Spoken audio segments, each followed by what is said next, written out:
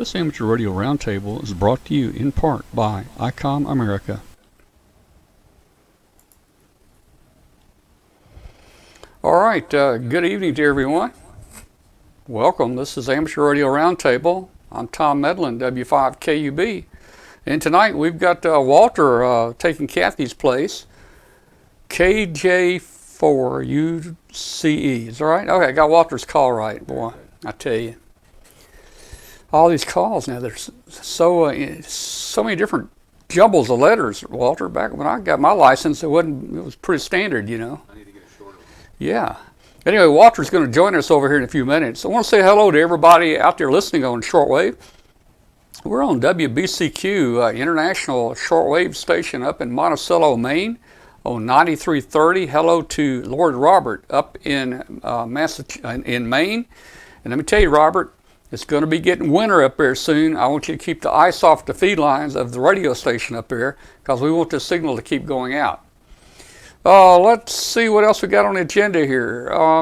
Okay, if you're new to the show, if you're new to the show, you probably don't know much about us. You'll see at the top of the page, the top of the web page there, you'll see a menu bar. And it has some things in here like Facebook. It's got news. News will tell you what's coming on next week. It tells you all the shows we had in the past. We've got archives on there that'll show you all the different shows. We have hundreds of shows recorded. You can watch previous shows. There's an about page. There's a contact page, and there's a follow us on Twitter and a Facebook page. So click on that. Join our webcast group.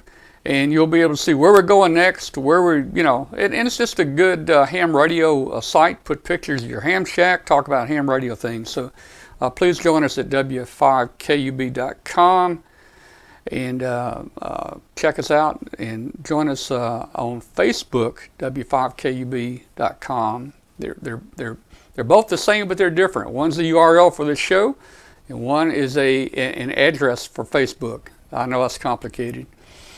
Let's see.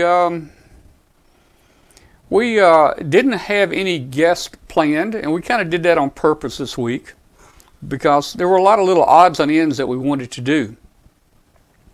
And I think we've got some interesting things to show you tonight.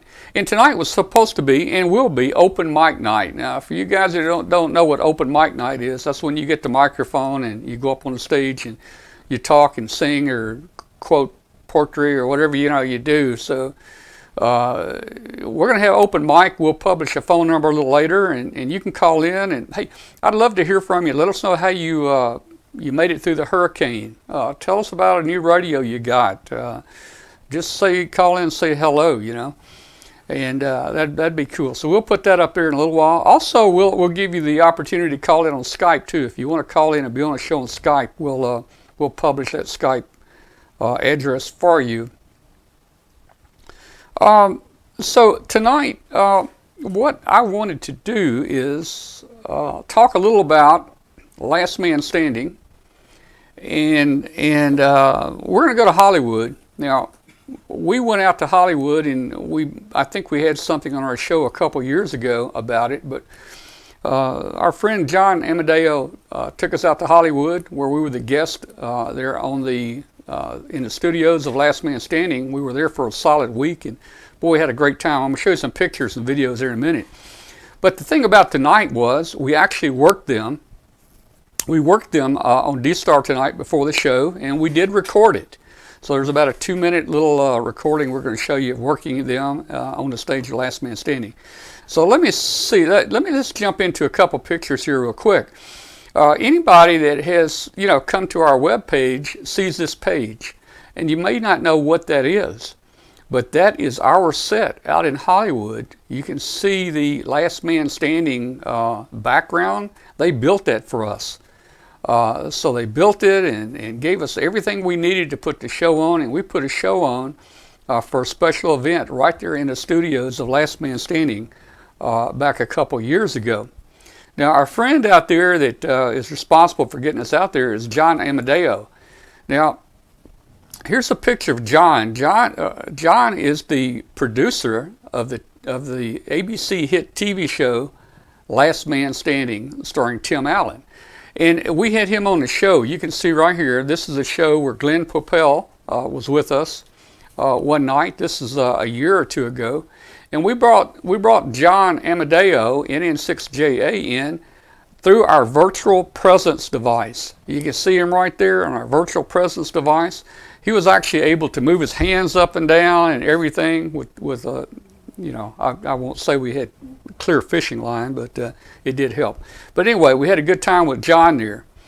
So let's see. Let me show you what happened right before the show. This is we rushed to try to edit this to get it on, but this is right before the show started. So here we go. KA6LMS, W5KUB. How you copy it?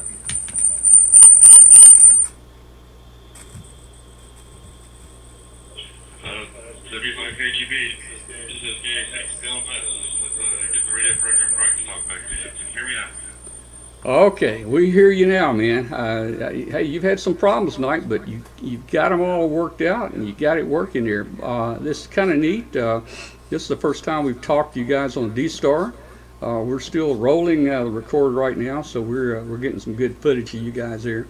And we're really glad to talk to you again, and wish we were out there with you guys. We've been out there a couple years ago and had a great time. Over.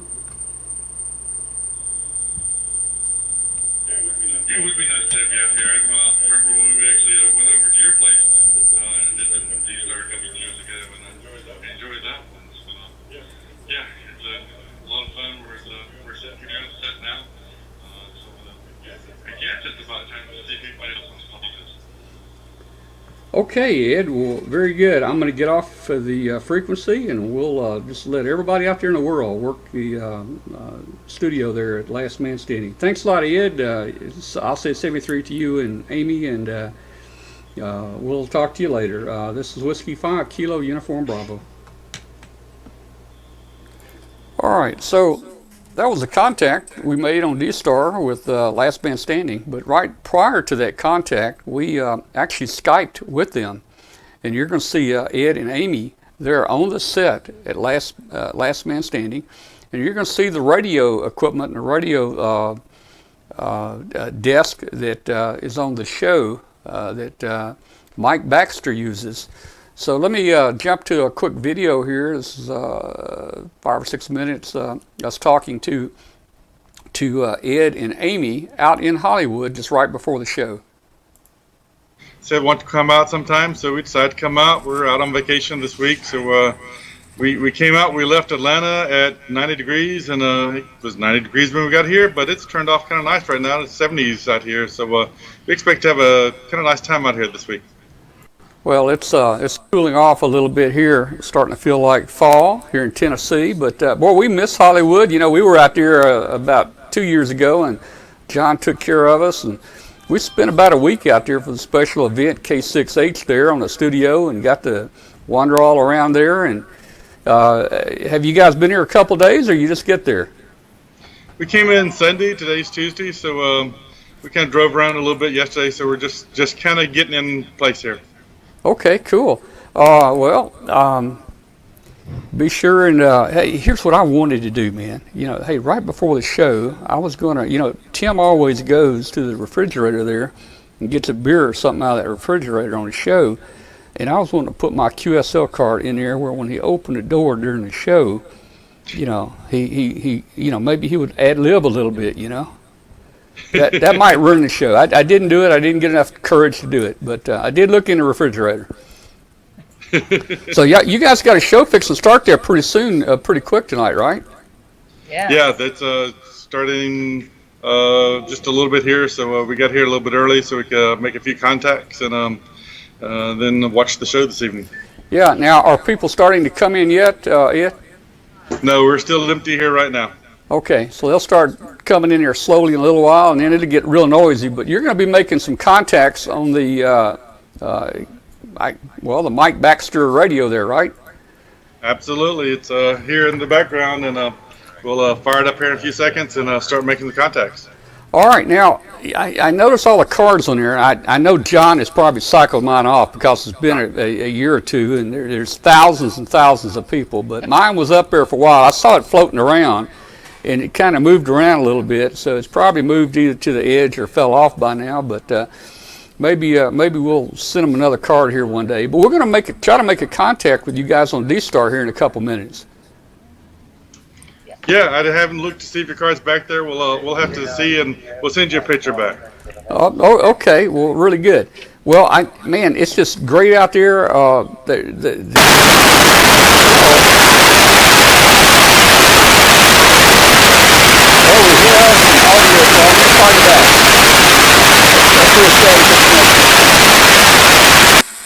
That is where we lost him, but we did call him back. But I must not have that part of the video. But anyway, you kind of got to see where he was. He was at Mike Baxter's operating position, and this is on the show that you see sometimes. So anyway, right after that, that's when we made the D-Star contact. And everybody was on a D-Star reflector 30C waiting for KA6 LMS, Last Man Standing, to come on. They kept calling him, and it was kind of neat. I was able to get on there and say, well, I just talked to them. They're going to be about another hour, you know. So we kind of had the inside info on it today. So let's look. Here's I'll play about a half a minute of this. This is a tour. This is Billy and Sam, I think. And this is a tour of Last Man Standing. This ought to be interesting for you guys that haven't seen it.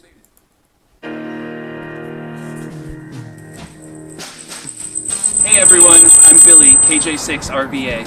And I'm Sam, KK6KGJ. And we're standing outside the CBS Studio Center in Studio City, California, about to take you guys on a tour of the set of Last Man Standing. Stage 9 used to be home to Seinfeld in the 90s, but now it's where Last Man Standing films every Tuesday night. This is Mike Baxter's station, as you can see. It's pretty cool. It's actually a full functioning station. We can transmit right here from stage 9. And you'll notice behind me is a wall of QSL cards, which rotates out. So pay attention to the show. You might see yourself up there someday. And welcome to our sound booth. Up here we oversee the entire stage. This is where our sound mixer, Laura, who's also a ham, she works up here and she controls all the sound, right? Here we are on top of stage 9. Check out all these antennas.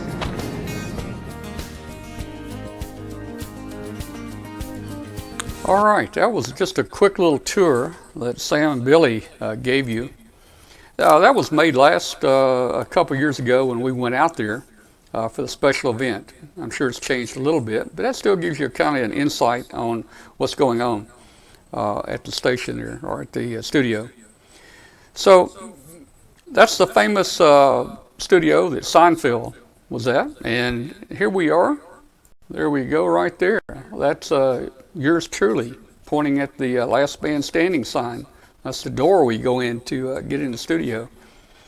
Now, many of you know that Mike Baxter, that's Tim Allen, is a ham on the show. There was one spot where Mandy was on the radio, and it turned out that they made her licensed. But there she is down in the basement talking to her boyfriend and her boyfriend's boss that's down in the Amazon. And it's kind of funny. The kid asked the boss that was down on the Amazon River if he had a chance to use that Amazon card that he got him. And that's where he learned it was a different Amazon. Let's see. So if you do talk to the station there, you'll get their QSL card. Here's the card we've got. This is a KA0XTT card, and this is actually signed by Tim Allen or Ted Baxter. But I can't read the writing on it. I can't make out a single letter, but he signed it. And then here's the KF0 XIE, a Molly card. I mean a Mandy card, and that's played by Molly Efren. And we got to meet Molly while we were out there. Let's see what this is. This may be a short video here that John just sent me. Let's look at it real quick. CQ20, CQ20, CQ20 meters, KA6 Lima Mike Sierra, Kilo Alpha 6 Lima There's Mike better- Sierra calling CQ, CQ, Better CQ20, view of the operating CQ20, position. KA6 LMS, KA6 LMS calling CQ and listening.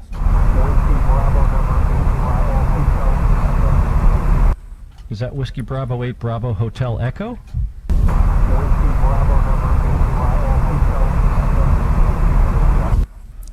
Bravo Hotel Lima, WB8 BHL 5 and 7, very disturbed conditions today, over.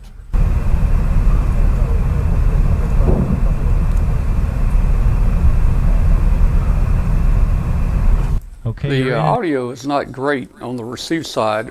John had put a little microphone inside the earphones to pick up the audio, and it did fair. But that is one of the positions that is fully operational. Now, it's near the visitors that come to watch the show on Tuesday night.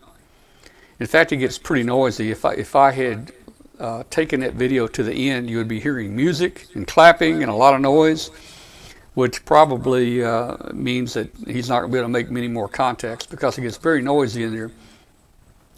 But they have a person there at the stage that pre-show is trying to hype up the audience. He's throwing gifts at them. He's telling jokes. They're playing music and all those kind of things.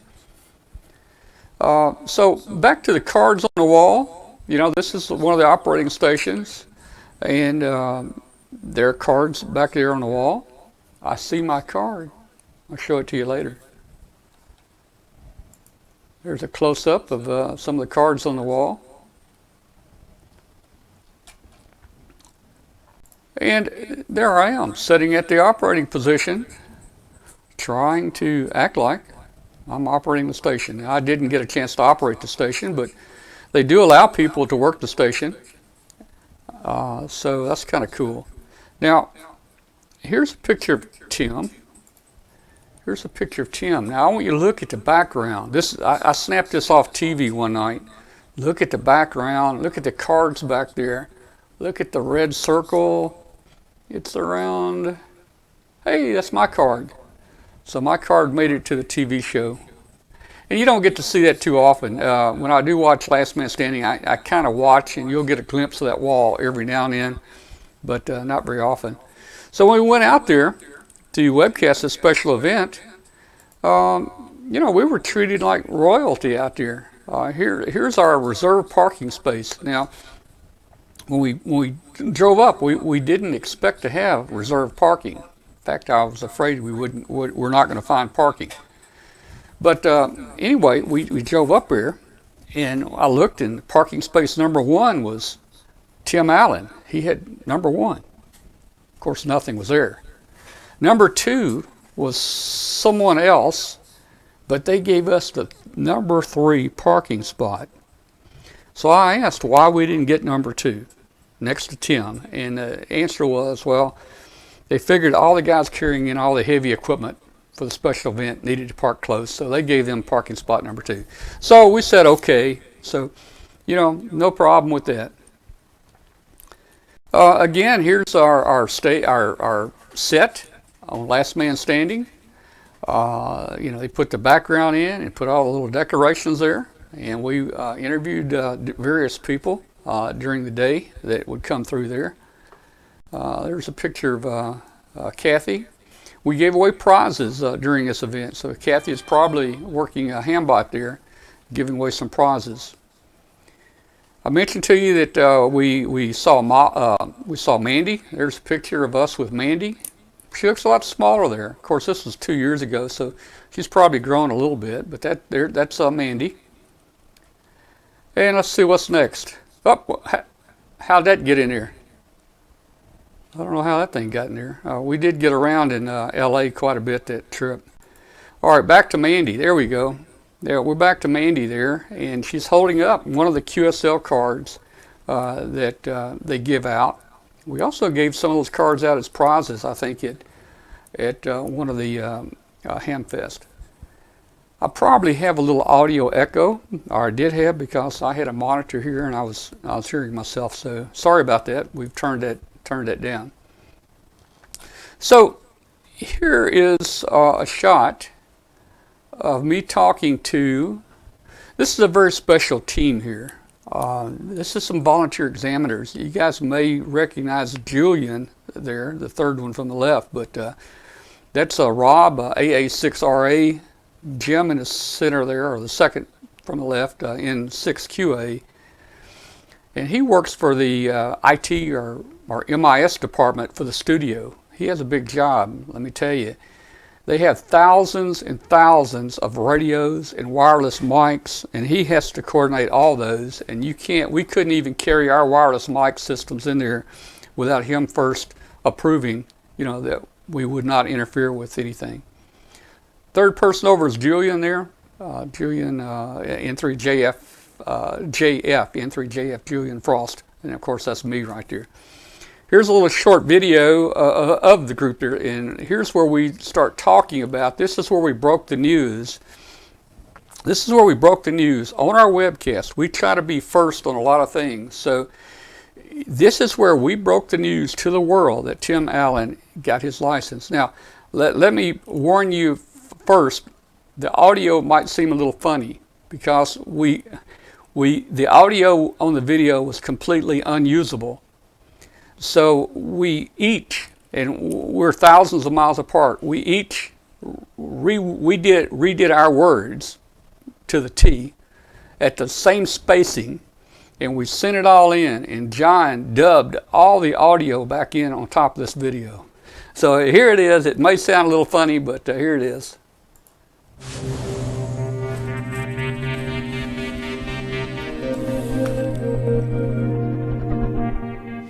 I want to introduce Rob in here, AA6RA.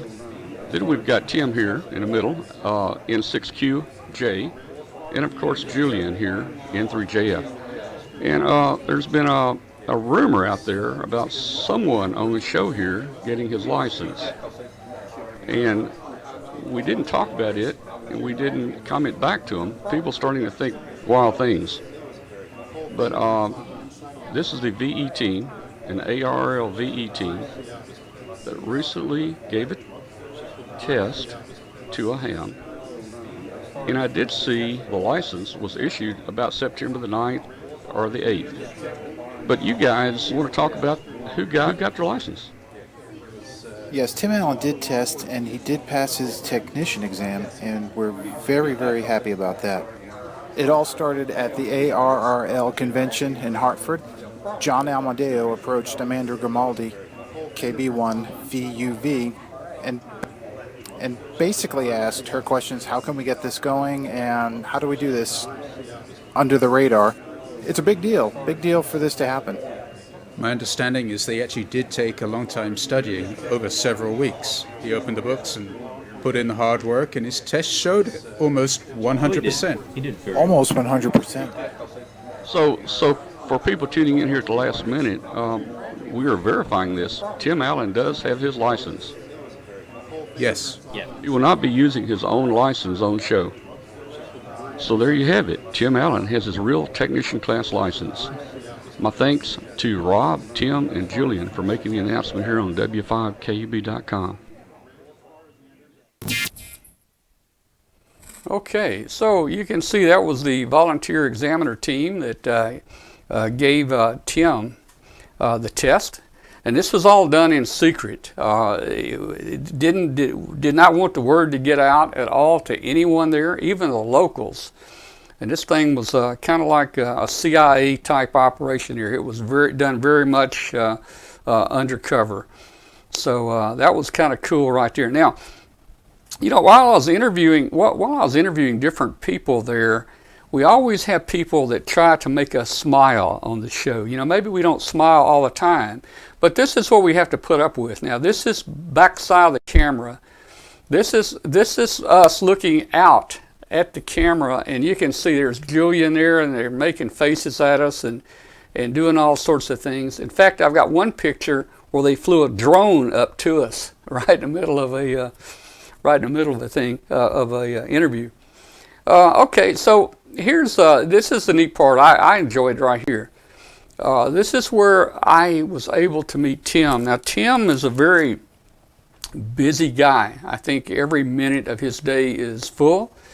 I don't know how he does it. He does the show. He practices every day. They have run-through practices, and they have the real thing on Tuesday nights. On the weekend, he jumps on a plane. He flies to Las Vegas. He does shows the whole weekend in Las Vegas, then comes back to L.A.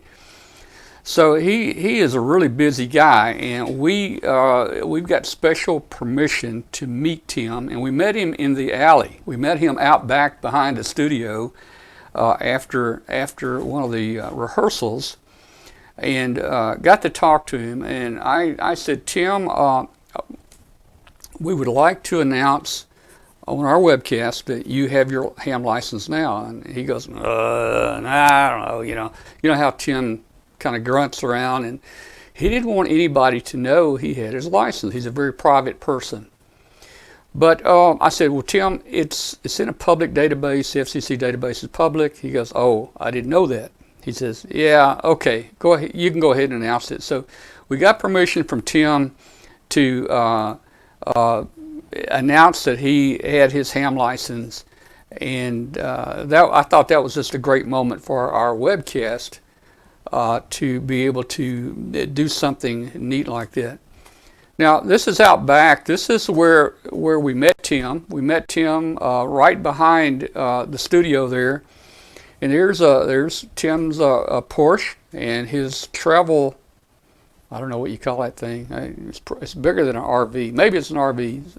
Somebody in Facebook put down some kind of numbers like that's an H5-23, whatever that means. But anyway, it's a pretty big deal there. So Tim will drive. Tim is a car collector, and Tim will drive one car to the show in the morning, but he will not drive that car home in the afternoon. He drives a different car home in the afternoon. So whatever car he drives up, somebody brings him a different car to drive home in, and I guess they drive the other car home every morning. So there we go. So that's some of Tim's cars right there. Now, back to the set. There I am. I think that's the boss's office right there, I believe. I'm not sure, but you can see that says hot set. Now, I was given permission to go on the set. Now, the day of the show, this set has this yellow tape all around it. You know, like the police tape they stretch out, and it says "Do not cross." Do not cross, or you know, we're not going to tell you what's going to happen to you. But I was given special permission to go behind the tape, and we did a complete video broadcast of all the different areas. There I am sitting in the boss's chair right there. And if you watch the show, you know the stairway there that goes upstairs. Well, there I am coming down from upstairs. Well, I want to tell you, there is no upstairs. You go up that and you make that little turn to the right, and there's nothing up there but some wood planks. So don't let them fool you. There is no upstairs on the show. Now, here's what I was talking about in the video a while ago with Ed. Here I am in Mike Baxter's kitchen. Now, by the time I got into the kitchen, I had forgot what they told me. You know, don't touch anything. Because, I mean, these guys come out, every magazine, pretty much, they lay them out with a ruler. They know exactly where every magazine, every piece of paper is, every bowl of fruit. So, you know, don't touch anything. Well, I actually opened a refrigerator door there, and there's some fake bottles of beer in there, but I was thinking, boy, wouldn't it be cool if I could just stand my QSL card up in here, and then tonight on the show, him open the door and there's my card. What would he do? I probably wouldn't ever get invited back, I imagine. So I didn't do it. I didn't do it at all. So on Sam and Billy's video, you saw the sound room. This is kind of up over the audience, and there is a live audience there. Some people think it's fake laugh tracks, but it's real people out there. And we sit out there during the rehearsals and during the real show and watched. And the seating is just right straight across from the stage within feet. And this is a little box room with a glass wall window up at the top of the seating area. And this is the mixer system where they mix the audio for the show. And we were told to come up here during the show. And I had the pathway mapped out to get up there, but Kathy wanted to walk a different way. So we hit the wrong guard, and they wasn't going to let us up there. Nobody's supposed to be up there, they said. You know, it's off limits. So the guard left, and we finally made it to the other guard, and we were able to get upstairs and inside a control room.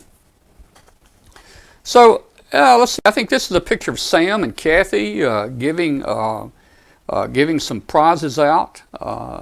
It was kind of neat to have a lot of people watch our special event there and win prizes. Again, that's Tim N6QJ behind back there in the yellow. He's the MIS or IT guy. A big job that he has to do there. Now, for you guys that that wonder about Hollywood, this is going to be an interesting picture for you. There you go, right there. Does anybody know what that looks like? Well, I'm going to let you guess. You can see the little bungalow up there on the hill. That's I think that's John Amadeo's office. He's in one of the bungalows right up there. But you might say that's a parking lot. Well, I'll tell you what that is. That used to be water in Gilligan's Island right there. They would flood that parking lot, and that was Gilligan's Island. So now you know everything in Hollywood's not real, right? So there's a picture of John Amadeo. John is in 6JA. He's the producer of the ABC hit TV show Last Man Standing. And after the show, we went down on the stage and we got a group picture with John and his staff. And really, we were treated so well. We were sad to leave. We felt like we were family and kind of wanted to stay longer. It was just a great experience that we had there. Okay, so that is basically what I wanted to say about The Last Man Standing and our working them on D-Star tonight. I'm trying to get John back on the show. The problem is John is making a live show happen at this time every night. So it's a little difficult for him to make the show. So let me do a couple things here, and then we're going to talk about another thing. Oh, and we're going to go kind of open mic in a little while. We're going to go open mic now. I want you guys to call in. None of this shy stuff. If you're a ham radio operator and you've got a microphone, I don't care if you're a CW operator, you need to call in and at least say hello to us. If you don't want to say hello to me, say hello to Walter. Walter's going to join us here at the desk any time. So again, we're about 30 minutes in the show. Let me make a couple announcements. We welcome our listeners on shortwave radio station WBCQ 9330. And if you're listening on shortwave and you have a computer nearby, go to w5kub.com. Join us. You can watch the video. You can join us in the chat room and have a good time with us. And we want to make this show interesting also for shortwave listeners. So ham radio operators and shortwave listeners and really anybody that's interested in electronics or things like that. A lot of us started in ham radio as shortwave listeners, so that's where I started 53, 54 years ago. Join our Facebook group, click on the link above. Boy, I tell you, I I posted the announcement of the show in a lot of different Facebook groups, and I said, please join our Facebook group. And you know, we had about 60 or 70 people join our Facebook group since yesterday. I thought that was just amazing. Okay, let's see. I need to run one little spot here, and then I'll be back with you, so don't go away. Attention all hands, time to hit the airwaves. Contest season is here. Grab your ICOM equipment and make as many contacts as you can this season. Good luck and let the competition begin. The real fun starts here with the revolutionary IC7300. This innovative HF transceiver has a compact design and high performance. It is perfect for contesters on the go. Features include RF direct sampling, 15 discrete bandpass filters, large 4.3 color touchscreen, real-time spectrum scope, and an SD memory card slot. Push performance to the pinnacle with the IC7600.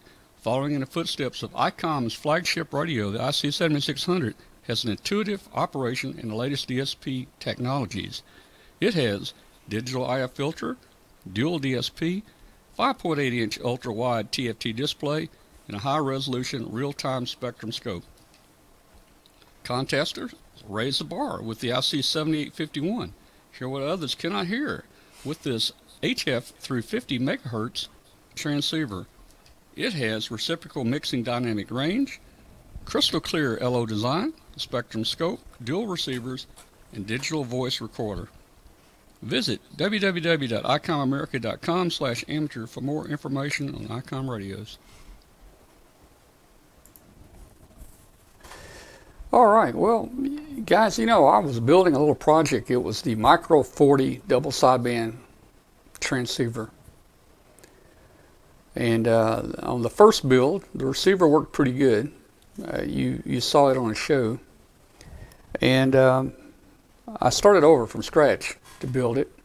And I didn't know exactly what I wanted to do. As I told you on the show last week, I wanted to add an external VFO in it. I wanted to change the audio amp out. I wanted to change the transmitter out, a bunch of things. And then I said, no, I'm going to build it as is first, and then I'll go back and build another one with the other parts. This thing gave me heck.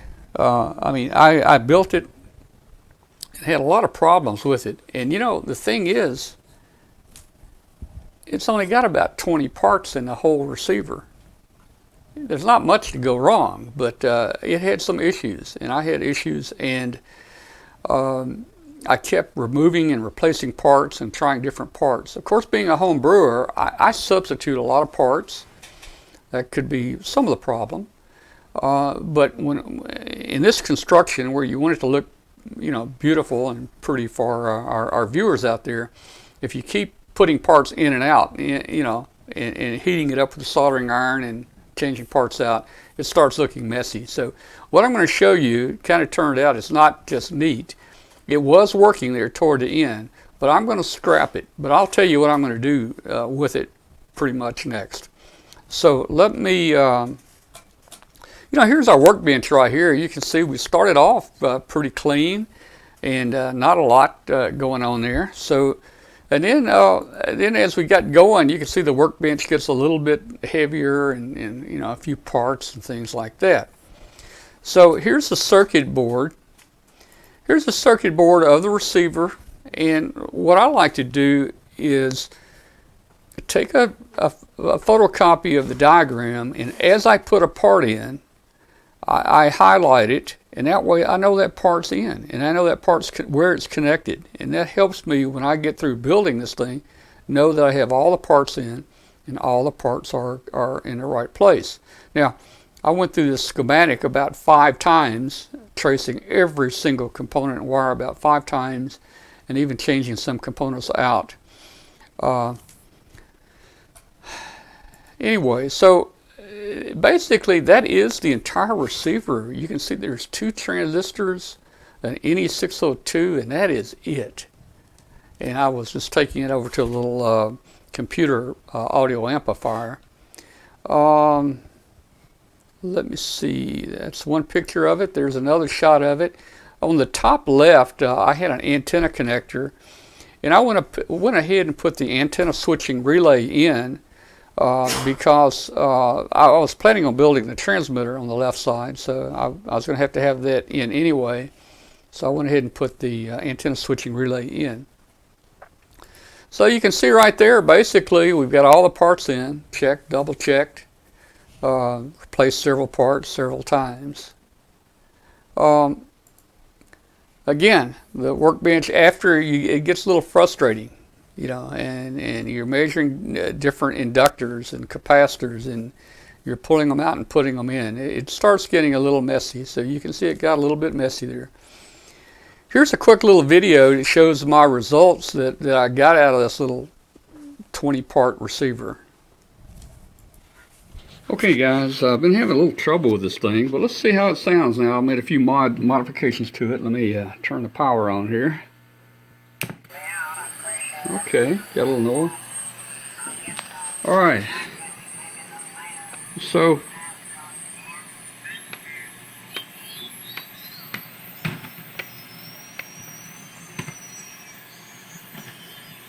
we can tune somebody in here.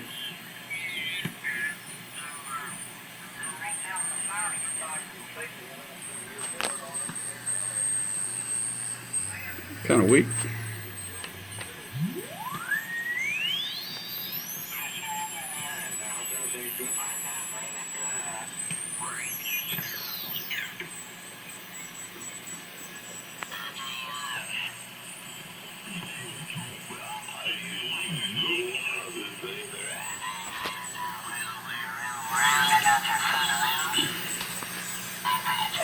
They do what you're supposed to do.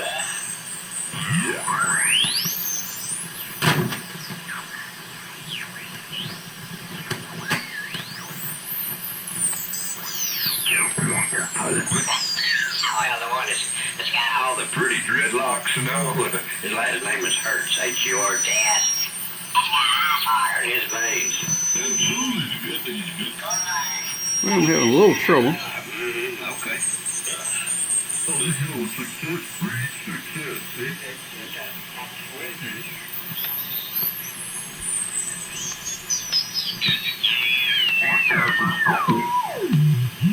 So you can see the receiver did work. Everything was just so touchy on this build. The first build I built, it worked much better, and I didn't have the issues that I had with this one. Notice on this one, even when I would touch the plastic knob with my hands, it would change the frequency. So anyway, I'm going to strip all that out. I'm going to do something. I'm going to pretty much trash it. I'm going to trash it, and I'm going to start over again. And I'm going to take just the NE602 right here. Again, that's the mixer where it mixes the inbound signal with your VFO signal. There's about 3 parts that go with that, and that's it. And I'm going to build an Arduino DDS VFO and drive it with an external VFO that has a digital readout on it, and make that receiver work first. And we're going to, that was kind of my intent before. I just wanted to build me a wideband general coverage kind of receiver, but we started out with that 40 meter radio, and then I was going to try to expand it. So that's what we're going to do. Maybe in the next week or two, I'll have the VFO going and can show that to you, and then we'll move from there. So, I'm going to be out in a few weeks. We're going to be in North Carolina at our home over in the Smoky Mountains, but the show will go on. I'll probably join the show by the chat room, and I'll watch the show, but I'm not going to be able to put the show on over there. Joe, K0NEB, I think he's in the chat room right now. He has committed to doing a show. So we're going to set him up where he can actually do the show from his home. And we're going to try that. And Joe's going to do probably an entire night on kits and building. So that'll be cool. That's our plans there. Let me see a couple more things here for us tonight. Oh, hey, and we're going to open the, just probably the next 3 or 4 minutes, we're going to open up the phone lines and Skype. for people to call in. Walter's going to join me here in a minute. And I've got just 4 more pictures I want to show you and let you see. This is some interesting stats that I was able to pull up. Now, this is on our website. If you go to w5kub.com, you can go to poll, P-O-L-L, on the menu, and you can take a poll on various things. Now, this is kind of interesting. What is your favorite HF radio? Now, we had 354 people take this survey. It looks like Yaesu is number 1 with 32% of the people out there. ICOM is coming in second with 29%, and Kenwood at 24%. And then, you know, you got, Flex 2%. Of course, it's pretty expensive. 9% other. So it's interesting to know how the big 3 radios there rate. Let's look at this next one. This is kind of good. How long have you been a ham? This is really interesting to kind of know what the ham population is out there. Look at that. 24% of the people have been a ham more than 40 years. And when you add the 21 to 30 years at 22% and the 31 to 40 years at 14%, you're looking at about 55% or so. 55% of the people have been hams more than 21 years.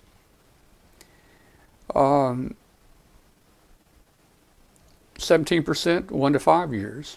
That's interesting to me. I just threw it out there. How long have you been watching the W5KB.com webcast? You know, we've been webcasting events like the Dayton Hamvention for about 13 or 14 years now.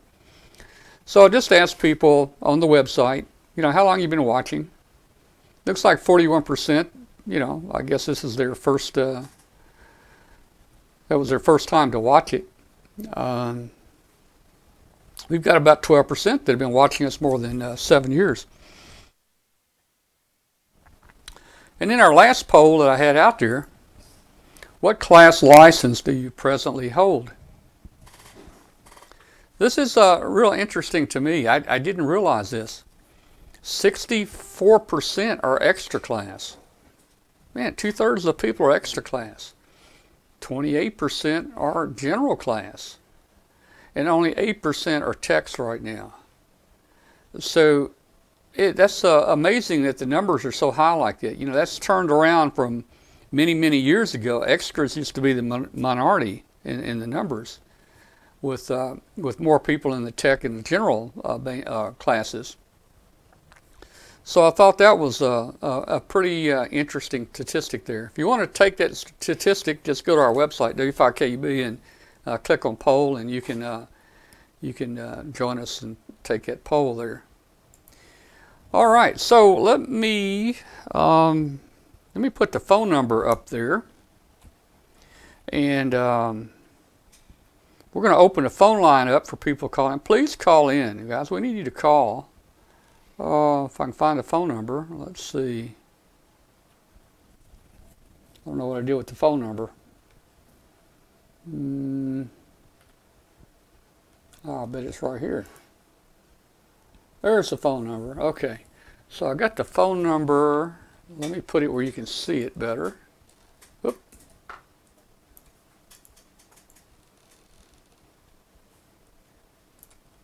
That might work. Maybe you can see that on my green shirt. The phone number is going to be 901-286-1116. And if you'd like to try to Skype us, the Skype ID is W5KUB-1. I'll put that in the chat room.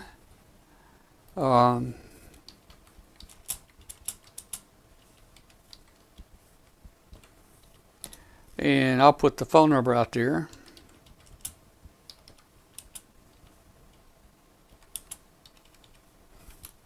Okay, so would like to hear from you. Boy, I'd like to hear from you how you did in the hurricane. Did you make it to the hurricane okay? Did you lose power? Did you lose any trees? Tell us if you like the show, or tell us if you don't like the show. And let's see. I'm gonna get Walter. I'm gonna get Walter. Come on over here and join us here. Let's see. Let me put some cover on here while Walter's joining us here. I'll be right back.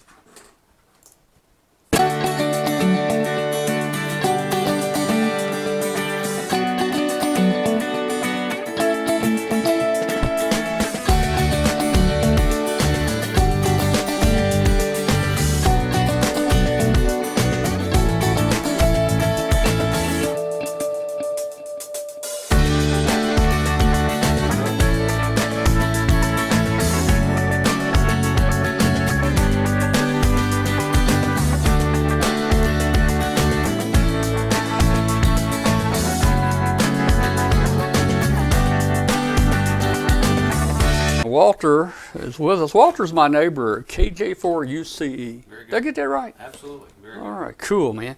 Walter, many of you know, Walter is a pilot, a wide body. Does that mean it's wide? Me or the airplane? Well, tell you, The airplane. the airplane. Okay. The airplane's a wide body, It right? is. It is. He's a A300. Correct. What's the difference between a 320 and a The 320 is the one they refer to as the baby bus, and that's one Is that- most of the airlines fly those. Oh wait, passengers. we need to get you. Okay. We need to get you mic'd up. Wait, oop. I'll tell you what, here, just tip that on you right here. Okay, we That Walter. Say something, Walter. Let's see if it. Test. How's that? That's better. Is that looking Okay, good? yeah, that's better. All right. All right. So Walter flies the wide body. Now you say that is a 300 bigger than a 320? Oh, absolutely. I figured Yeah. the bigger the number, the bigger the plane. Well, you would think that, but in this case, that's not it. The 320 is the smaller version that the passenger carriers fly. What about a 380?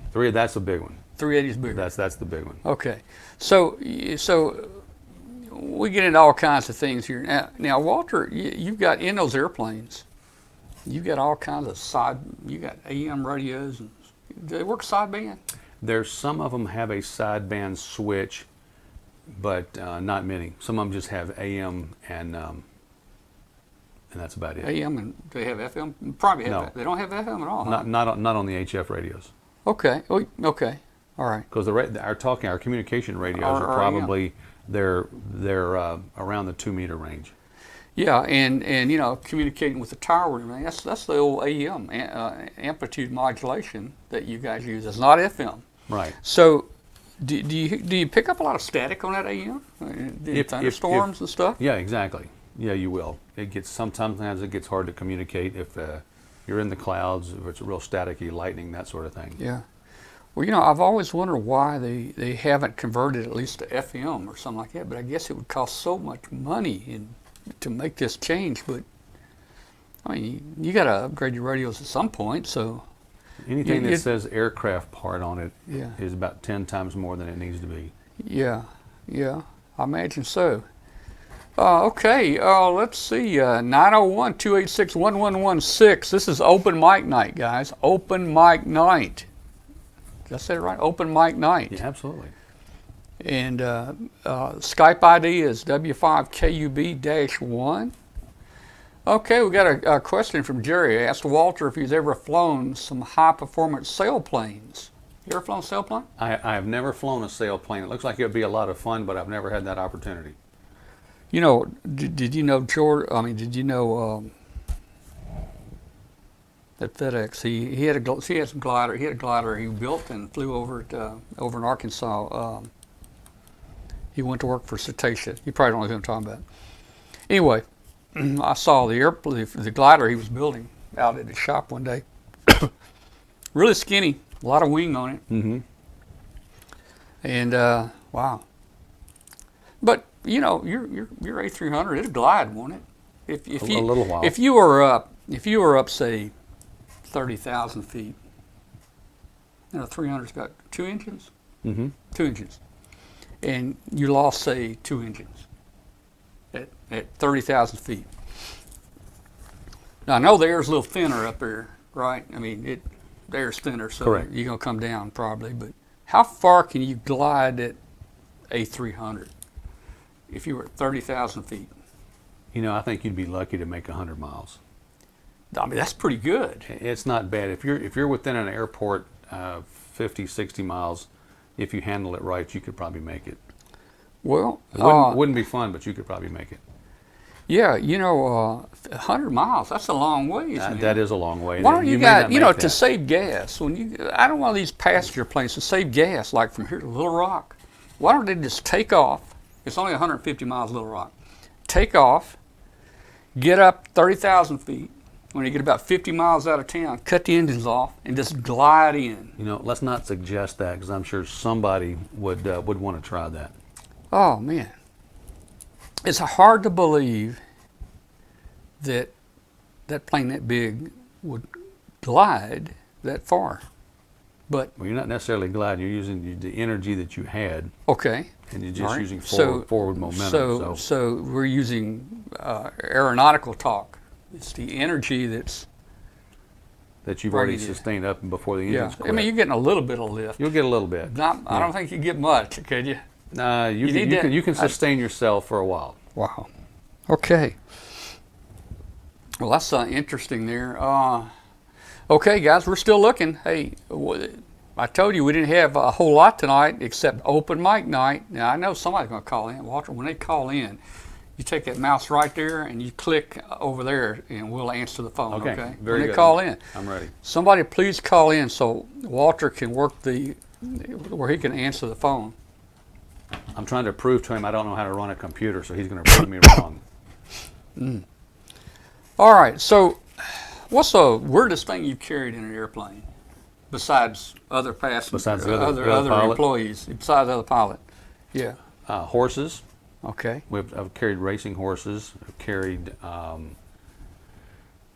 small puppies up into Anchorage that we knew were continuing on to the Far East. Yeah. I think we've carried those race those cars. bears. What was that? That Chinese bear? What's the pandas? Pandas. We've done the Carried pandas. What about elephants? I don't know about We've done an that. elephant. We did when the Rolling Stones had a tour of South America. We actually carried all their gear.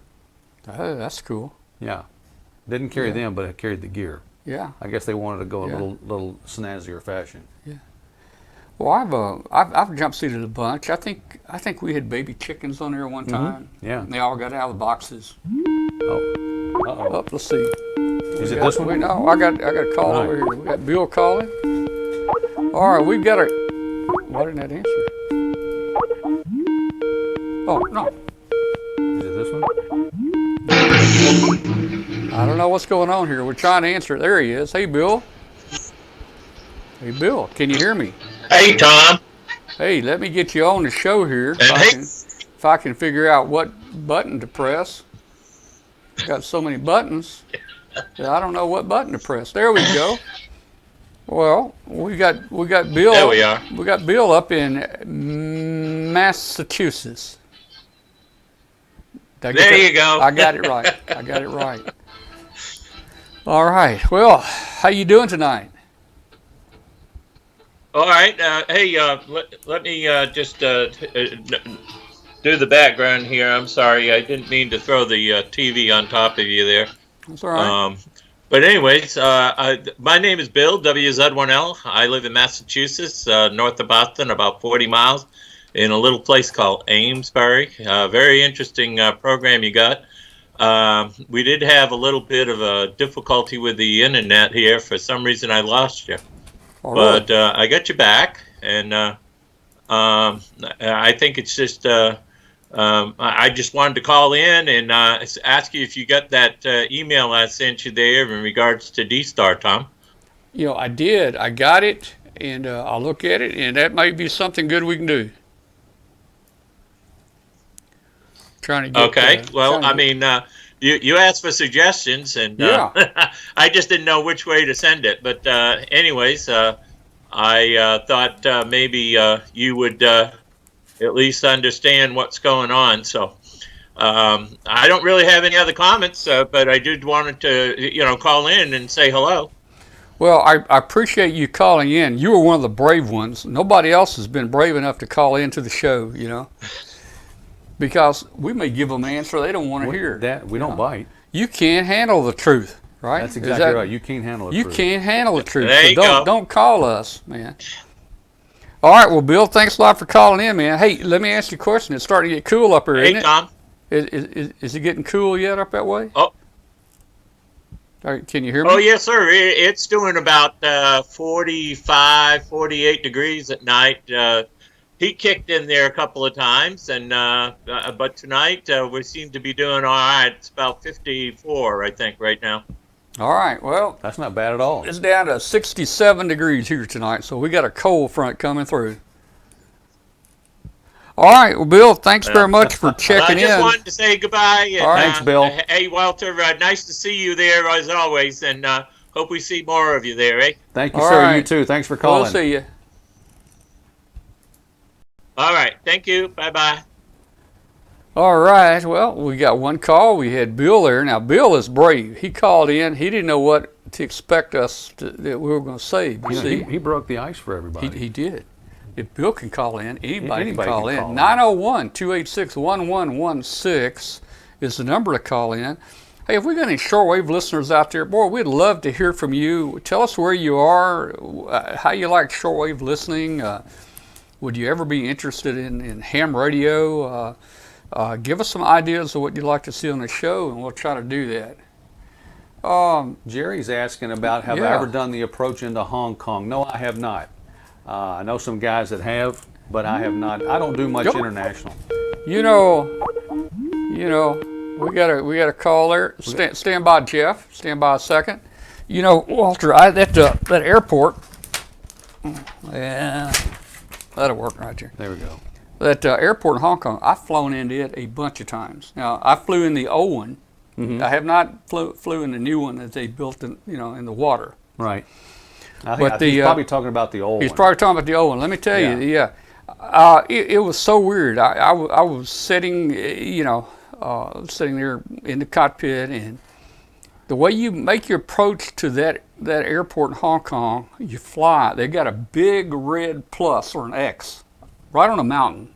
Mm-hmm. This mountain is a flat side, and it's got a big red X on there, and you fly right toward that X right there, and then you make a quick turn, and you're on the ground, man. You land right there, but you gotta aim it at that mountain first. There is it's not quite as treacherous, but there is a similar type approach into JFK, a visual approach where you have to come down over, I think it's the Canarsie VOR, and you go in by off of Coney Island and get to a certain, then you're looking for some kind of a haystack, and then you make a quick right, and there you are. Same kind of deal. Yeah. Jerry, I have to ask you, have you seen that show of the 10 most difficult airports to get into in the world? I've seen it. I've watched it on. Is it History or Discovery or one of them? One of them has that on there. And I've seen that, but you know what? You can also pull it up on YouTube. Oh, can you? Okay. Yeah, and there's some dangerous looking airports, man. I was sitting there watching it one night, and I think I'd either been into 3 or 4 of them. And thinking, why am I doing this? Oh, well, let's see. Wait a minute. We got Jeff here. I forgot. Hey, Jeff, how you doing, man? Let me get you in here. Hey. Good evening. Jeff. All I can do is find the right thing again. Here. Can you hear me? There we go. We got you. We got Jeff in from New Jersey. How you doing tonight? How are you guys doing? Pretty good, man. How are things in Jersey? Very good. Very good. Didn't catch any of the Hurricane Matthew, which is a good thing. We were expecting some storm surge down in the Jersey Shore area, but it turned around, so we're safe. Oh, very good. Are you near the shore? Well, I have a vacation home. Okay. A few blocks off the beach, so yeah, that bothers me. But I'm in Cherry Hill, which is right outside of Philadelphia. So, all right. Do you have a house over there where they make that TV show Jersey Shore? Oh no, not near that. That's northern Jersey. I'm in southern Jersey. Okay. Okay, cool. Hey man, don't let that cat now mess my flex up. Yeah. Hey, you want to see something cool I got today? Yeah. What do you got? What do you got? I bought this on eBay. I know the light's not great in here, but it's a bird field strength meter. That is cool. Nice. It looks brand new. And I'm going to use it to sniff out some RF here in the shack. If anyone's interested, it's a The model number is 4041. 4041. Okay. Field strength I meter. picked it up for $130. There's another guy selling one right now for $500, and this thing looks like it's brand new out of the box. That is that's so cool. You know, you can also use that to hunt ghosts. I see this show on TV. They use all this ham radio stuff to hunt ghosts with. Really? Yeah, antenna analyzers and stuff like that. You know, they walk around, they turn the knob, and it goes woo woo woo. Do you hear that? You know. I have some colleagues at work that think the office is bugged, so I'm going to bring this in tomorrow and just prove that it is or is not. There's no RF coming out. They really think that the owner is listening, because he'll walk in the morning and he'll just start a conversation based on stuff that everyone else was just talking about. Oh, maybe you have a mole there. That sounds That's like what I said. Yeah. Because I would know. He would have come to me if he wanted any technology like that. So, but this will sniff it out, I hope. Well, I tell you, you know, bugs and stuff nowadays, they're so low power and, you know, different frequencies. And this thing is so sensitive. It goes from, I think, 3 megahertz to 1,000 megahertz. So I mean, maybe it won't cover the higher end, but it's very sensitive. It's got a gain control on it. So I mean, I put out a couple milliwatts here and was able to turn the gain control down, and I was able to pick up just slight. Oh, that's cool. Indications on the meter. So anyway, I was just going to show you that in my location, 9.330 is there. There is a little signal here. I can't hear it too well, but yeah, it is there. When you can't see it, shoot. Let me see. I see a little blip right there. Yeah. Well, you know, oh man, propagation's a funny thing, especially on shortwave and nighttime, and you guys are up pretty close up there. We've got some people that hear the station really well, and then a lot of people say they don't hear it at all. So that's just, you know, same way it is making contacts on ham radio. You know, sometimes you talk to people and sometimes you don't. That's it. Right.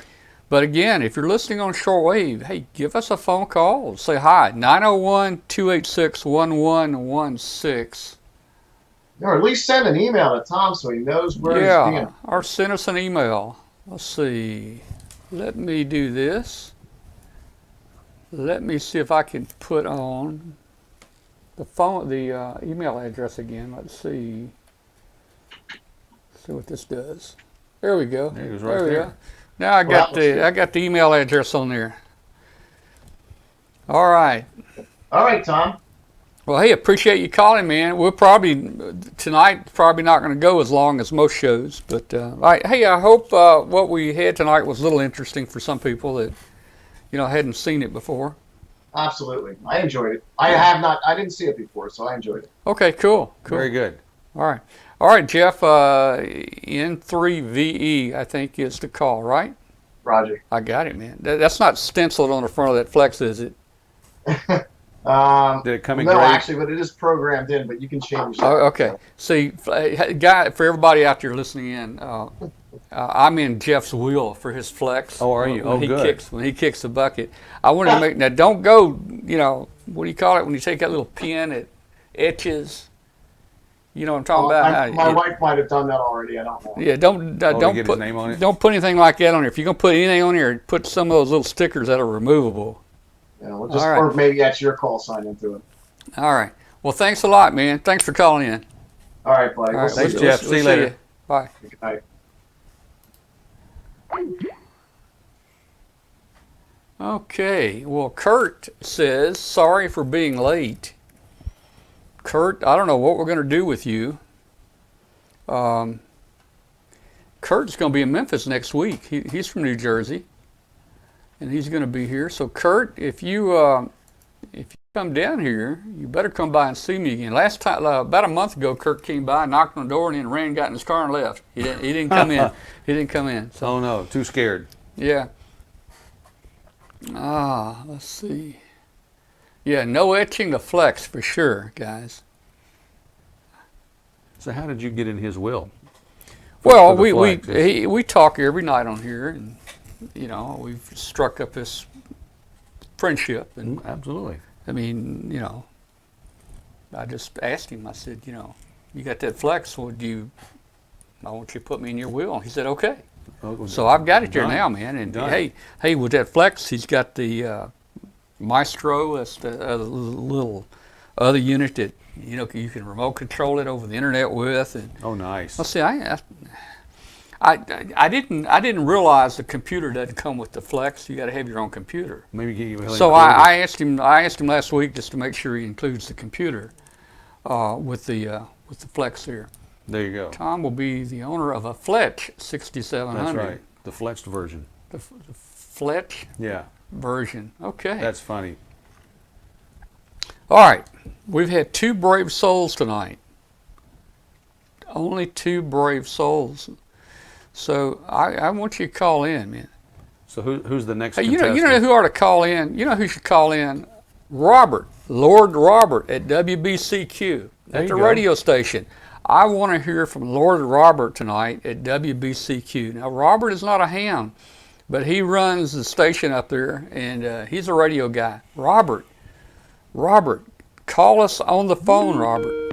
Oh, let's see. We got another call coming in here. Robert, the phone number 901-286-1116. Let me answer this. Okay, we've got KD9, KC9, no, KD9, DLL. I can't read it. How you doing?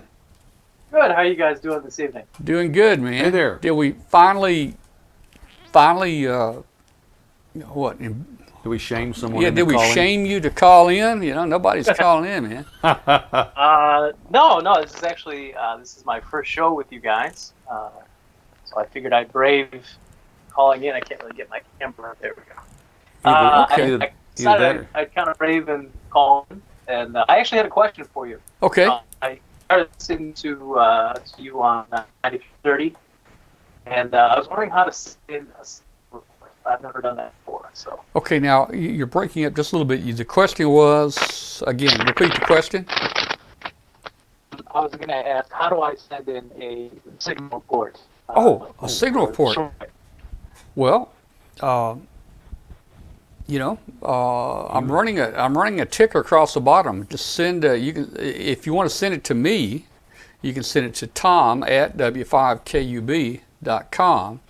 If you'd like to send it to the radio station up in Maine, up in Maine, you can send it to WBCQ at wbcq.com. I think they'd love to hear from you. Hey, I'd love to hear from you. In fact, you can tell us right now. And where are you located, by the way? I am in Lake of the Hills, Illinois. Chicago. Yeah, out of Chicago and Lake of the Hills. Lake of the Hills. Okay. And are you hearing the station at all up there? Yeah, I am. I right now I'm sitting in my ham shack. I started watching you on the YouTube live stream, but earlier I was sitting outside and I could hear you. I could hear you really well on my Texan, a little Texan TL360 right here, and you were coming in really clean. So cool. I'm not really sure what else to add to a signal report. There are people out there that listen on shortwave. We just don't get a lot of feedback. There's a ham in Costa Rica that sends us an email. He listens. I've gotten some reports from the UK where people have listened, and of course during the show, different people put in a chat room, around the U.S. And give signal reports and so forth. So it's kind of good to know that you're hearing it up there, and the transmitter is located up in Monticello, Maine, which is, I don't know if the antenna fell, it might fall in Canada. I don't know. This thing's way up here on the border. So, I appreciate it. Now you okay? So this is your first show you've called into. Sorry, my chair got caught there. That's all right. Yeah, this is the first time I've ever watched the W5KUB live stream or listened to you guys on shortwave. Well, we usually have some really good guests on every week from around the world. I mean, I think one of our best guests is a friend of mine, astronaut Doug Wheelock, and we actually had him on last month. Made him get up at 4 o'clock in the morning in Russia to be on our show. He put his astronaut suit on and all that, and he's always a cool guy to talk to. And you know, now Walter, Doug stayed here at our home about 2 months ago. I wish you could have come down and talked to him. I would like I asked Doug all kinds of questions, man. How does it feel to land in a Soyuz, and what do you do if this happens, and all kinds of stuff, man. The guy's really sharp. Well, hey, I'm glad you found us. How did you find the show tonight? Where did you see that? I saw on some of the Facebook pages for the shortwave radio guys. Sometimes they advertise for you, so cool. I figured I'd check out the show tonight. So. Cool. Okay. Yeah, we post in a lot of different ham radio groups, and so far they're not too many of them have got mad at us and told us to stop. We have a ham radio program, and we hope that we bring good ham radio information to people, out there, and I don't see why people should really be against us posting an announcement in your group, but there may be a few that asked, and I've asked nearly every group if someone in this group would like to come on the show, and like Go Kits, come on the show and talk about Go Kits or Elmers. Come on the road and talk about Elmering and things like that. But it's really hard to get people to volunteer like that. But again, we've got. This weekly show now has been running for about 18 or 19 months, and we've had some really great guests every week, and we hope to continue with that. And to the side of the show, we do big ham fests like the Dayton Ham Fest or Huntsville Ham Fest or Field Day. We do special things like that, and we give away a lot of prizes. Some years we give away about $10,000 in prizes to the viewers. All you got to do is answer if we call your name. Things like antenna tuners, antenna analyzers, antennas, mobile rigs. We give away all kinds of stuff. In fact, if you go to our page, w5kb.com, there's a link at the top that says prizes, and you can see some of the type prizes that we do give away. So, Tom, who asked you to? Who asked me to stop? I don't remember who it was. We got a phone call coming in. Oh my goodness! Stand by there. So Walter's going to get the phone. Here we go. Right. All right, got the phone. Okay. Now DLL. What's your name? What's your name? Mike. Mike. My name is Mike. Mike. It was KD9. Hello. DLL. Mike. Okay, who's on the phone? It's Mark, KCA, KCA, Fox Queen Victor. And I heard you guys talking about the RFI, and there's some meetings coming up. Yeah, they were talking a little bit about that. So last night on the SBE conference on Echolink at 9 o'clock, they have a net every Monday. They were talking about, about the group.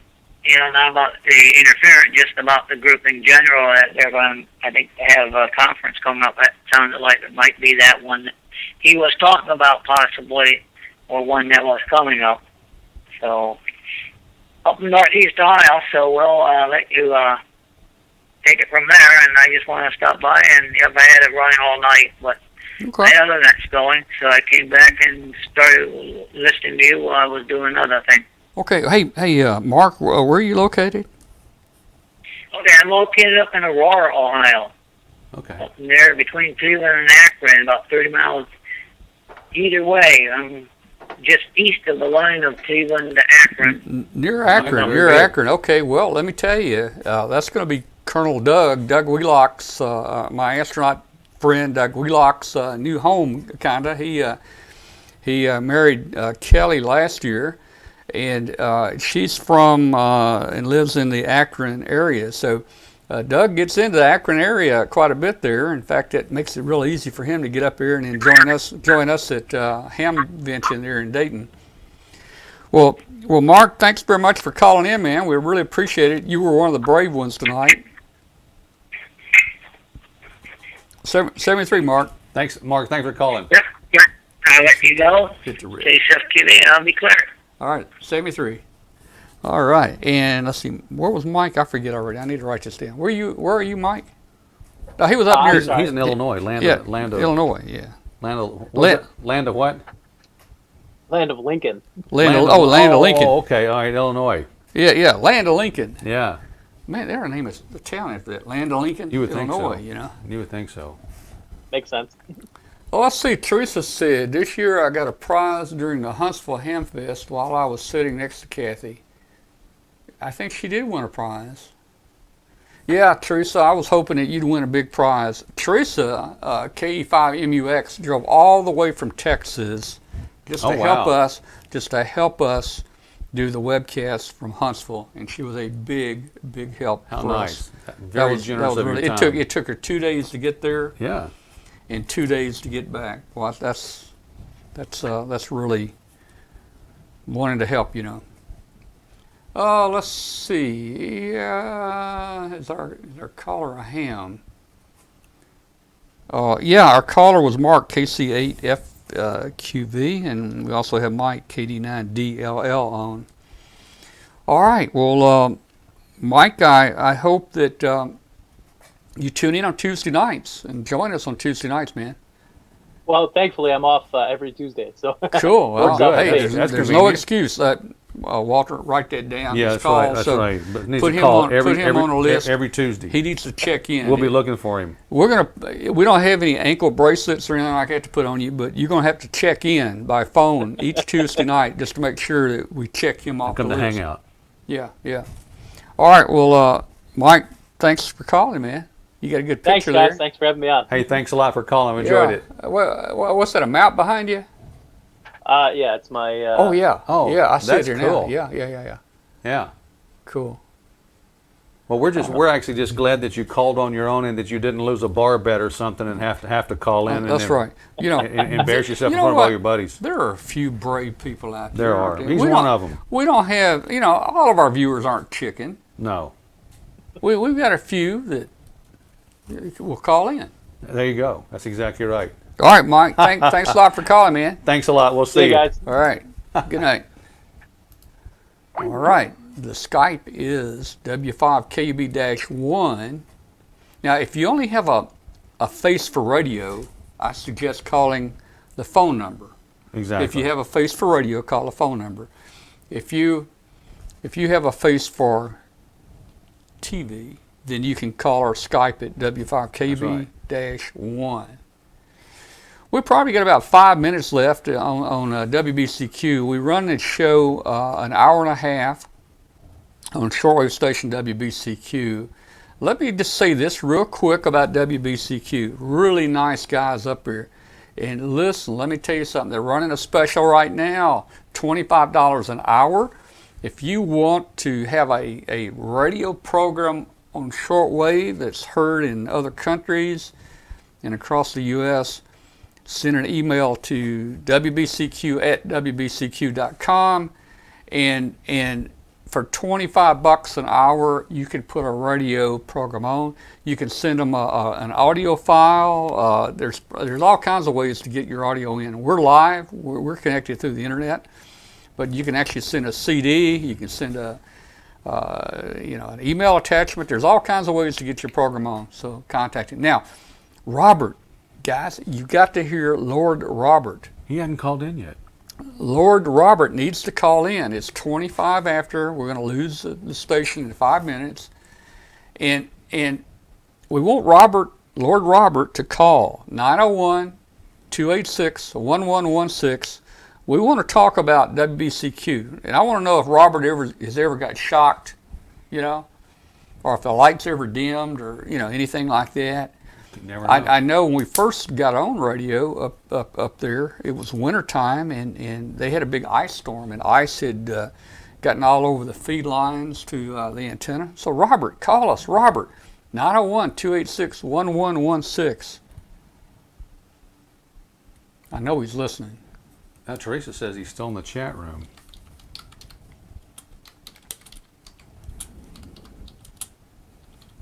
See if we get Robert in here. Come on, Robert. Arno, you're still awake? Was hanging in there with thank you, hanging in there with us Arno all is in the night. Netherlands. Now, Arno, what time is it? What time is it in the Netherlands? I'm guessing, let's see, it's 9. It's got to be about 4 or 5 in the morning. I'm guessing it's 3, 4, 5. I'm guessing it's almost 5:30 in the morning. Arno? Yeah, Arno, what's your local time? Yeah. Yeah, we want local. We don't want I don't have GMT, so we have to convert it. I don't right? have to convert it. Yep. Okay, who we got? We got we got somebody. Let's see what that is. Hello? Hello, who we got? On the phone. Hello. Hey, is that Robert? Yes. All right, I thought I recognized that accent. Hey, Robert, how you doing? Oh, pretty good. Pretty good. Stand by a minute. We've got Marty. We got Marty on Skype. Hey, Marty. Hey, Tom. You looking good there? Thank you. Stand by a minute. It's almost Lord Robert's bedtime. It's almost 10:30 up here. So Robert, stand by in the wing. Robert, how you been doing tonight, man? How you been doing? Can you hear me okay? I hear you fine. So Robert, tell me, how long have you been working up here with WBCQ? Oh, only 2 or 3 years, not very long. Yeah. Did you copy that English accent there? I think you said No, it was a little scratchy. A few years. It was a little scratchy there. I think you said a few years. Few years? Okay. Very good. All right. Let's see. Let me turn him up a little bit. There we go. So, hey, Robert, man, do you have any trouble keeping those transmitters on the air in the wintertime when you get all that ice up there? Well, that's not my area of expertise. We have Alan takes care of that when he's here. Okay. Now, wait a minute, though. Wait, Alan. During the wintertime. Yeah, but Alan, during the wintertime, he goes to Florida. He's a smart guy, man. He leaves you guys up there. Now, you're not at the radio station, are you? No, we operate most of the time from home, and we can connect in that way. Yeah. We go to the station occasionally, but not very often. All right. Now, Robert, are you... This accent... All right, where are you from? I'm from London. I grew up in London, South London. From London, okay. From London. I've made a number of trips into London, and I couldn't tell you a whole lot about it. I've been around Piccadilly Circus, and I used to, when I'd take friends over with me, I'd navigate with the sun. I'd pop down in the underground and pop up and say, hey, Big Ben should be right over here, or There you go. Yeah. This should be over here. So that's kind of cool, man. Quite a city. What was that? It is quite a city. Oh, it is. It's really a nice place. And guess what? They almost speak our language. It's getting close. When you get over there, you don't have that much problem getting around. Yeah.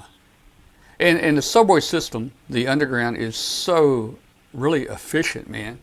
Just go down one hole and pop up another. Just like a bunch of rabbits, just boom, down one and up another one. Like New York.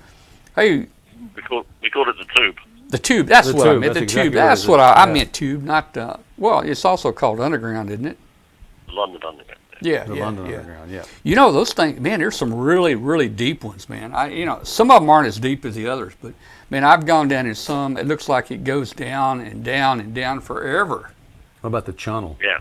And we'll get that in a minute. I mean, it goes down and down and down forever. And I think that one was probably one of the older ones because it had, the escalators in it. And I think they were wooden steps or something. And you could tell the escalator was old. But I understand it, even during the war, that was where people would go down into the underground, the tube, to get away from all the bombing. Yeah. I don't blame them. Wow. All right. Well, Robert, I didn't mean to put you on the spot too bad tonight. But I knew you were as brave as some of these guys here, so I really appreciate you calling in. Thanks a lot for, watching our audio every night and making sure we get on. Well, I have a face to radio, and then when I called in, you put this little handsome young guy on, but it wasn't me. Oh yeah, well, you're watching, yeah. So Robert is seeing, Marty. Seeing Marty. Now Marty there. Well, let me tell you. don't call me handsome now. Let me tell you. Let me tell you, Marty. That's for his mother to do. Marty, right there. Yeah. Marty is a. I'm going to describe Marty as a 29-year-old Bill Gates in a Oh God. in a Oh, 14 God. in a 14-year-old body. Right. How old If are only you? my teachers, when they graded me, would describe it the same. Would they? I don't think so. Well, let me tell you, this guy is probably one of the smartest kids I've ever talked to. I mean, he's going to be backup. Marty's going to be a backup for our studio here.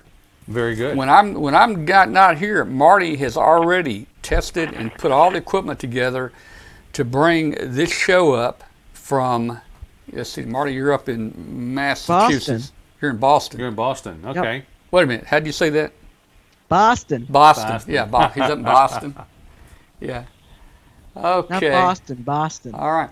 WBCQ coming in south of Jonesboro, Arkansas, from a 9 to a 10 over. That's pretty good. That's really good. Robert, thanks a lot for calling, man. Yep, Where's it's on what? 9330? Yeah, 9330. I doubt you're going to hear it up here in Boston. Yeah, I don't hear him at all. Yeah. Probably not. Yeah. Okay. All right. Have a good night. All right. Thank you, Robert. Robert. Good night. Good night. Bye. It should hang up, I think. Okay.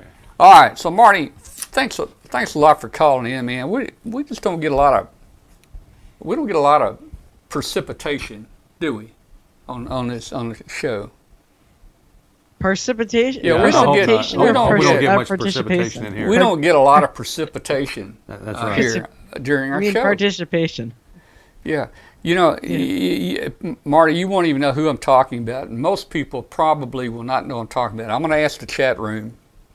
When I was growing up, I used to watch this comedy deal. It was the Bowery Boys. Now, Roger, you might not even know who the Bowery Boys were. They were also known as the East Side Kids. But the East Side Kids weren't as good as the Bowery Boys. But Satch, he was kind of the boss of the kids. He every sentence that he would talk, he would use the wrong word in here, like, we need more precipitation of viewers. You know, he would. That's the kind of words that he would use. Yeah, It was so funny. It was so funny. So let's see if anybody in the chat room even knows who the Bowery Boys are. We're doing trivia now. Yeah. Yep. So he'll have them Googled in no time. All right, trivia. I've never heard of them. Hey, I Trivia. got the Google device out. Have you got Siri there?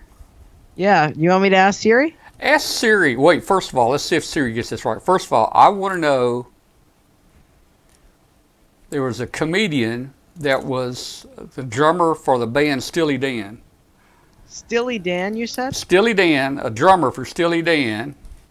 Okay, let's ask Siri. But I think for safety, anybody Hey Siri, that has a what Galaxy was the name of 7 the should drummer turn for it off. Steely Dan? Did you know that? I had no idea. Here's what I found on the web for what was the name of the drummer for Steely Dan. Put it a little closer to the mic. Let's see, I'm at it. Did she not find it? She did. She's pulling up the Wikipedia page. Oh, she's pulling up. She's not going to tell you. So, okay. All right. Asked her this. Asked her, huh?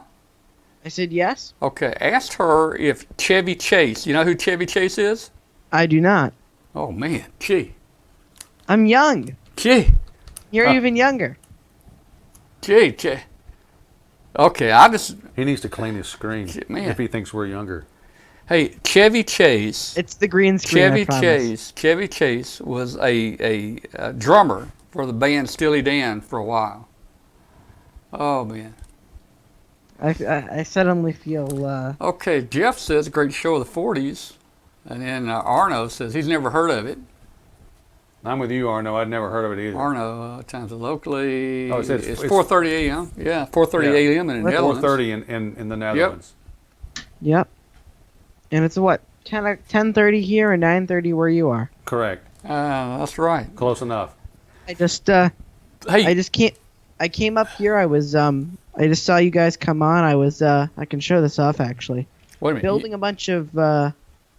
Spent my afternoon building cables, like this one, to plug a microphone and push to talk into my radio. So I did a little bit of soldering. Very good. That's cool. Yep. Hey, let's talk time zones. You know how time zones are kind of funny, you know? I don't like them. You know there's some 30-minute time zones, don't you? Are you? Yeah, where?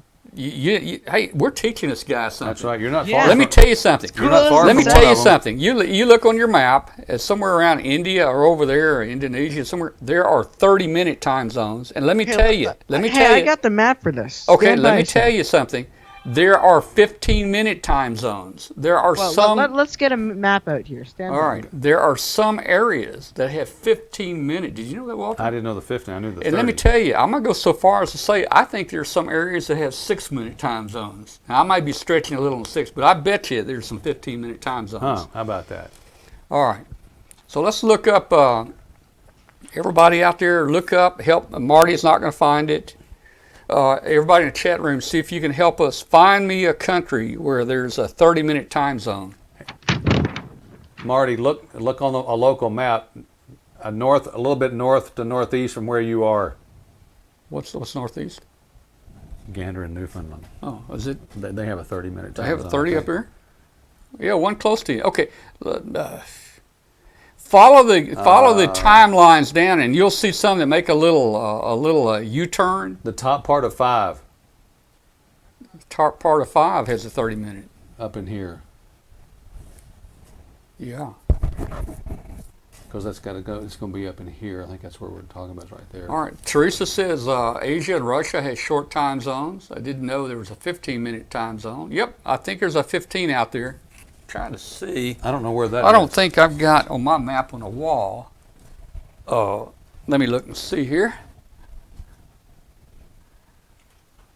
Marty, did you find one? Prince Edward. Didn't really try. Prince Edward Okay. Island, or what's Oh, that? yep, PEI, in Canada. Off of Vancouver. Now, what's that? 30-minute? Yeah. All right. Yeah, Now I think it is. there is a 15-minute time zone. I know this. BY2. I know this for a fact. A 15-minute time zone. Your assignment's to find it before next week. Oh no. No, it's better be your homework, not my homework. No, I don't have homework anymore. I quit copying. I quit copying years ago. Well, hey, nowadays, man, we didn't have the internet when I went to school. Man, nowadays, all you do is pull up. You know, all my homework, I get my homework online. My teachers don't even tell me. Yeah. It's all on the Isn't internet. that something? Really? What grade are you in? 9th. Oh, good for you. Yep. Middle states in Australia have 30-minute time zones. What do you Google? North Korea, is this coming off Newfoundland, the India, teleprompter? Iran. I don't know what Doc. I don't know what time zones Doc. What those are. Doc, are those 30-minute intervals? Let's see. 'Cause I know Newfoundland is. Let me get.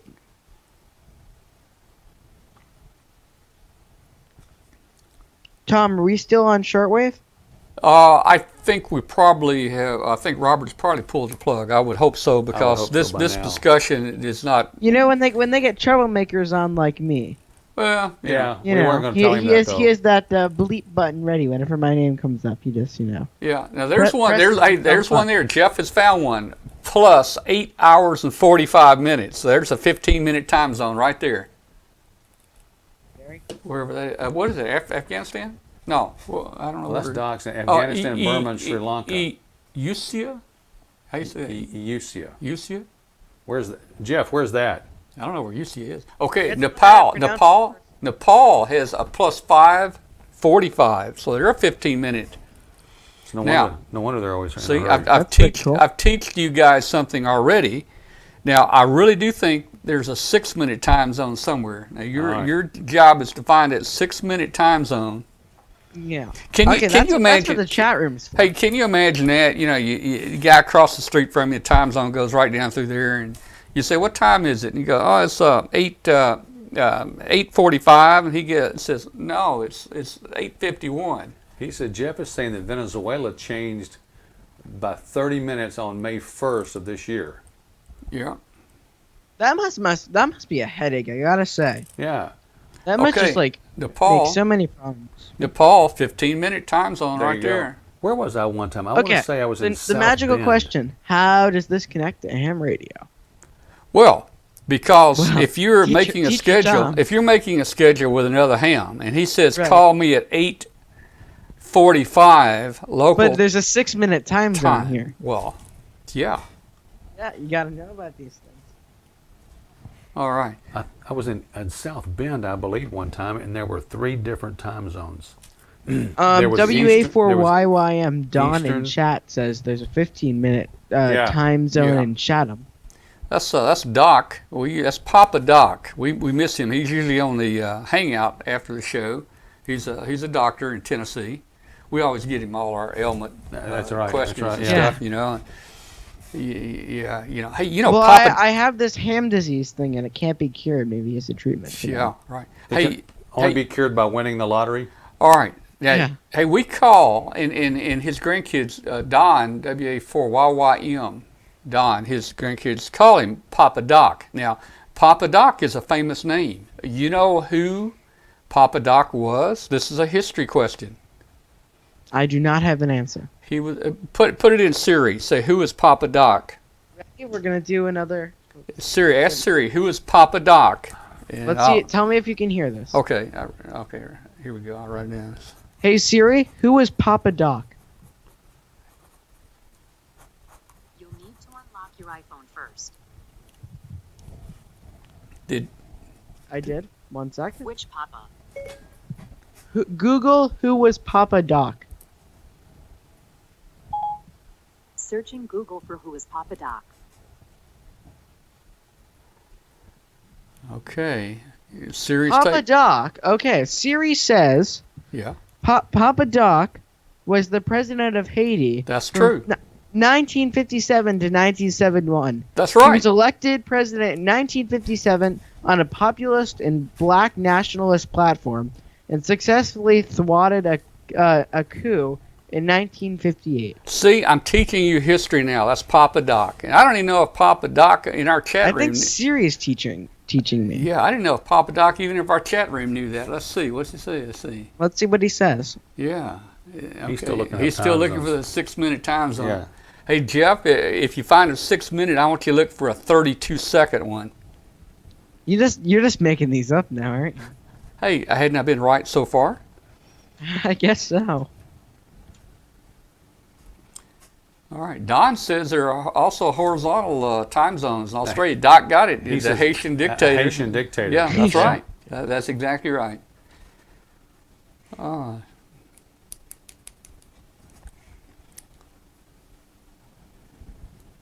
think, are we putting Bob to sleep? We must be. Apparently so. We must be.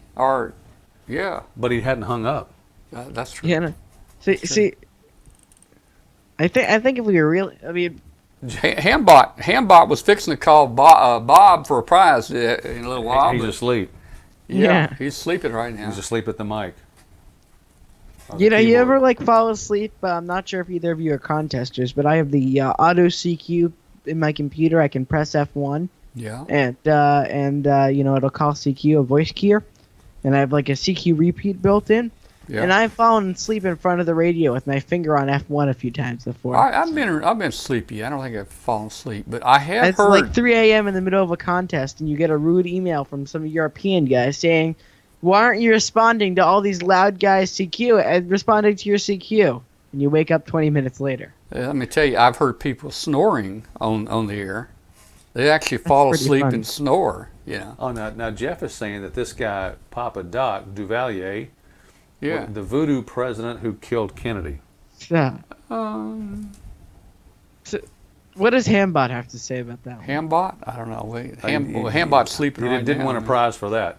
Yeah. Yeah. Yeah, well, Haiti does today still practice voodoo and stuff like that. Cannibalism.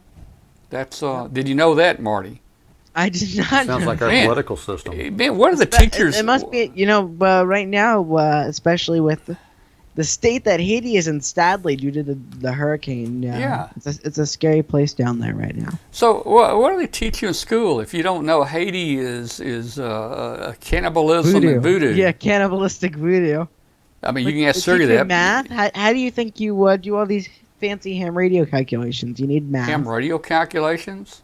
You gotta design science. You wave your hands like this and you pretend you know what you're talking about. Oh, well, maybe. I don't know. I took a class on that. You must have watched the debate the other night.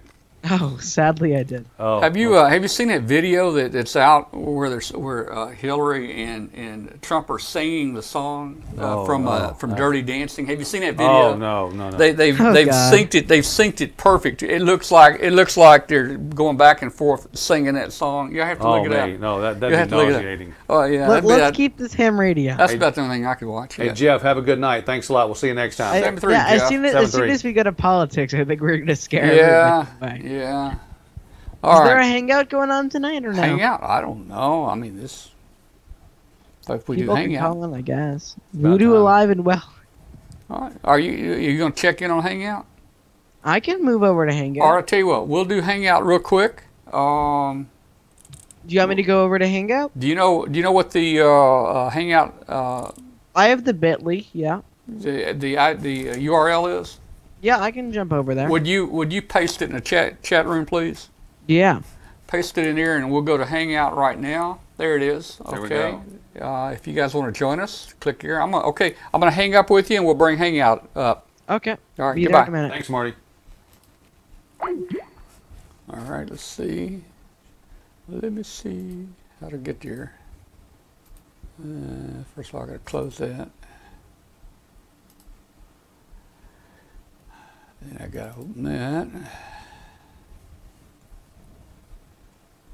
And if anybody wants to call in, they can still call in 901-286-1116. Hang on right there. We're almost there.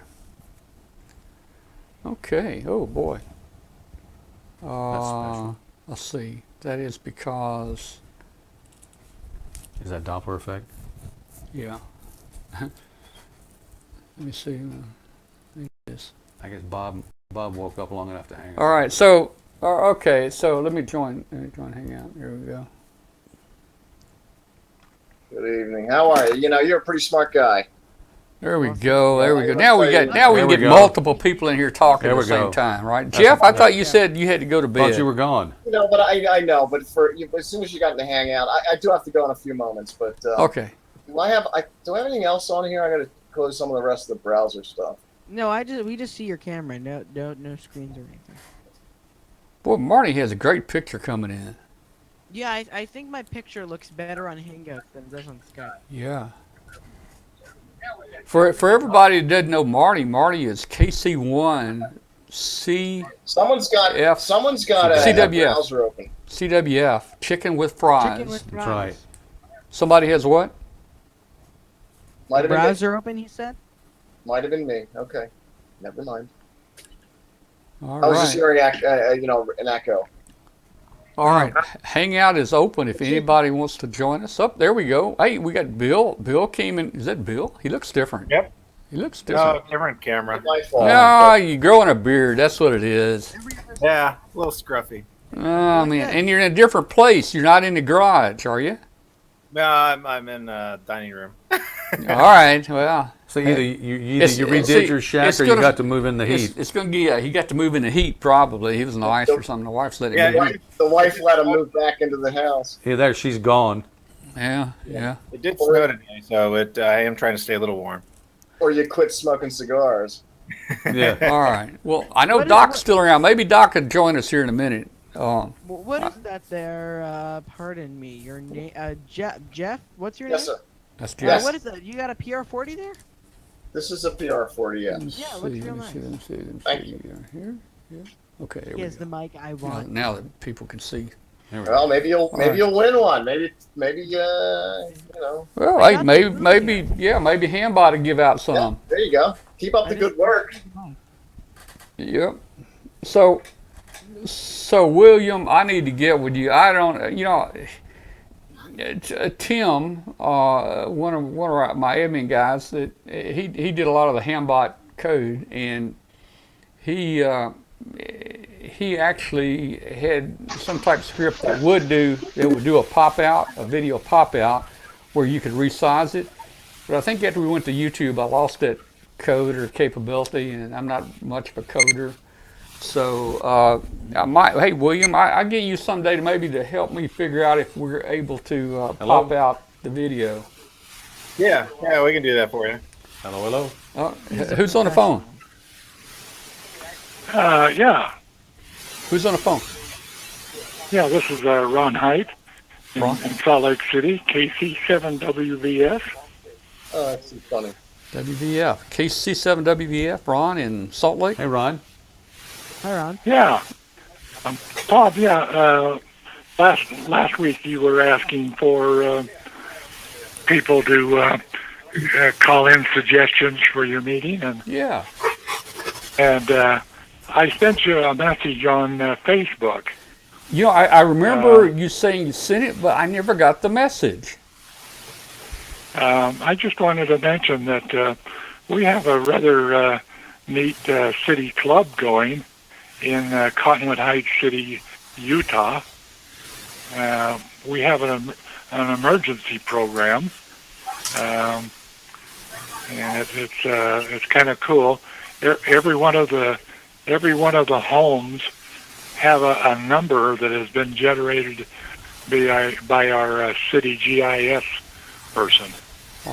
And so then our neighborhood watch people, we can report into the city using DRAS or D-Star, and the GIS map in the city lights up with all of the messages that have been sent in to the city. Well, that's really cool, Ron. My email address is tom@w5kub.com. Send me some information. I never got that message. I looked again for it after you said that, but I could not find it anywhere. I'd love to have. What is your email again? Tom, T-O-M, at w5kub.com. And send me a little paragraph about that and describe it. I'd be very interested, and if somebody there would like to talk about it and maybe do a little presentation, we'd love to have it. We, in fact, the club has an article that is in this month's CQ magazine. Okay. Do you still get the CQ? I do. I get the CQ. I'll look. Okay, so it'll be in the month of October one. Did you guys leave my video? And it talks about our club setting data and video. Yeah, it's kind of cool how our city is set up. Okay, well, cool. So Ron, are you a new watcher to the show, or you followed us? I'm not a new watcher, but I'm not a regular watcher. Okay, I got you. Yeah. So, but I catch one maybe once every month or maybe every other month, something like that. Well, now you were very nice to be honest up front about that. Now we're going to Walter put his name down. We're gonna write put his name down on the bad list. We're going to start keeping tabs. Yeah. Now Ron, you're going to have to check in every week with us. We don't have ankle bracelets anymore, but you're going to have to check in every week. I was last year I was watching your Hamnet. When you was giving off drawing prizes and that. And I was sitting here, and I'd sat there in front of the computer for a couple hours, very interested in what you were doing, and then I had a fellow working in the house here, and he asked me where my ladder was, and I said, well, I'll go get it. And so I walked down and got the ladder for him, and come back and missed the prize by a couple of minutes. Oh man! Bummer. Man.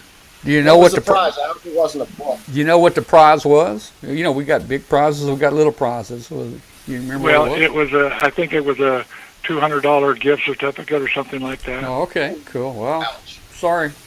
Yeah. Sorry. You just have to tell that guy that get his own ladder. Bring your own ladder. Yeah, that's what I should have. Yeah, I should have said, hey, I did tell him. I says, hey, that ladder cost me $200, and he says, oh, I'm sorry, and of course he nothing he could do about it. All right. Well, somebody asked me in the chat room, what is Hambot? I think KD9DLL asked me, what is Hambot? Hambot is a program that we wrote that looks at the chat room and it picks names. It matches them back with the QRZ database, and it knows if you're in the U.S. or if you're international, and it picks your name. We put all the prizes into it. It will award a prize to a person if they answer. And Hambot says, "Are you here for the $500 antenna analyzer?" And then Hambot starts counting down 60 seconds. And if you're not there, Hambot will pick a new name. And that's a Hambot. Well, I understand it. Yeah, yeah. Somebody was asking. Now, somebody. I wasn't complaining. I was just talking about how things go. Oh, I know. But we've got a new viewer tonight that didn't know what Hambot was, and I was explaining it to him. Let me see. I've got. I thought I had Hambot here. I could show him. Well, I don't know if I can find it or not. I don't think so. Wow, your audio just dropped out. Yeah, I was mumbling. Your audio still dropped. I think it's Mike. Mike, can you mute yourself? Let's see. My audio? My audio is still showing pretty strong. Yeah, yours is fine, Tom. I think it's Mike. He's got some background noise coming through. You talking about Mike? Yeah, Okay. it's you. All right. Yeah. It was it Mike? All right. you. Yeah, it's you. Oh yeah, now it's oh my god, it's so much better. The audio gain control on his microphone there was going crazy. It's the stupid automatic stuff that doesn't actually work. Yeah. Yeah. Well, Hambot is we got a little video. I don't have a Hambot video out where I can pull it up right now. But anyway, Hambot is a robot that does all this work for us.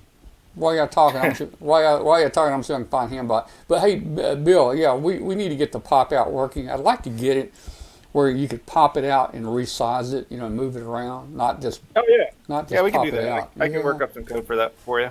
Yeah, and okay, let's see, import media. I'm gonna find Hambot here. Let's see. How does my video look from other people's ends? Wow. Looks fine. Your video looks terrific. Yeah, very good. Here's let's see. And on that note, I've got to go to bed. So see you guys. 7-3. All right. 7-3, All Jeff. right. Thanks a lot. Jeff, 7-3. See you next We'll week. see you later. Good night, Jeff. Okay, guys, I'm gonna run Hambot real quick for our new viewer. Now, y'all on Hangout, you're not gonna hear the audio. He'll hear it on the air. But here we go. Stand by. Here's Hambot. Oh, let's see. I need to decide. What's going on?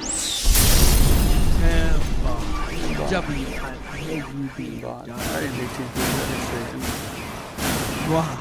There he comes. All right, there he comes. Well, I like it when he breaks this thing, whatever that is right there. Who did all the graphics for you, Tom? I did that. I did that. You like that? Have you seen this one?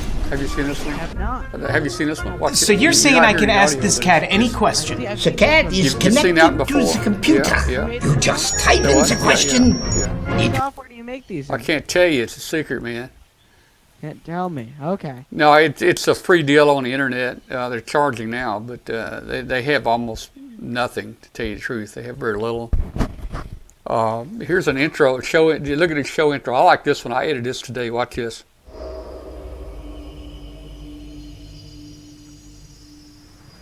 W5KUB.com. I like that. Amateur Radio Roundtable. Hey, I like that one. I like that. Let's see. Now I got to figure out how to get you guys back on here. That's right. You don't want to see my ugly face. There we go. There we go. Yeah. You have the close up there. Hey, Marty, have you got this many monitors at your at your house? Well, you got all those pictures are just keyed in. Those are monitors. No, but I mean, you don't have this many monitors behind there. Yeah. As I was saying, see these monitors. Yeah, those monitors. I just key in awards for the show.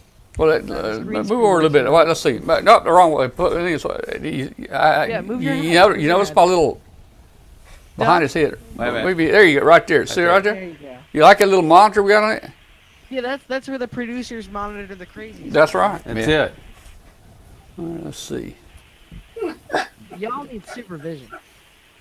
It's 10 o'clock. We really start getting a little crazy about now on the show. We should tell him what studio You know what number time we're I in woke up tonight. this morning? Marty doesn't know. Let's deal with the right time. It's 11 o'clock. You guys are an hour behind there. Oh, wait a minute. You guys in the upper. Tom, He's a youper. Yeah, a youper. You youpers ought to get on the right time zone. I've been There's only one right time zone, and I'm pretty sure I'm in it. And needless to say, I got up at 4 a.m. my time, which is 3 a.m. your time. Why'd you do that? For what? Why? I had schoolwork to do. Well, you should have done it before you went to bed. Well, it was like 11:30, and I couldn't focus, so I just woke up in the morning. That's the last thing I would have done in school was You get up know, at 3 a.m. to do homework. Marty. Let me give you a little hint here. Okay, you don't have to get up that early to do it. You go to school 15 minutes early, and you find somebody and you copy off of them. But I had to write a paper. Oh, that's right. I was supposed to do homework when I was in school, period. That's right. That was the problem. That's That would have exactly fixed right. everything, right? See, nowadays, like they check off if you do it, and they send you a nasty email if you don't do your homework. You got to keep talking right into that microphone.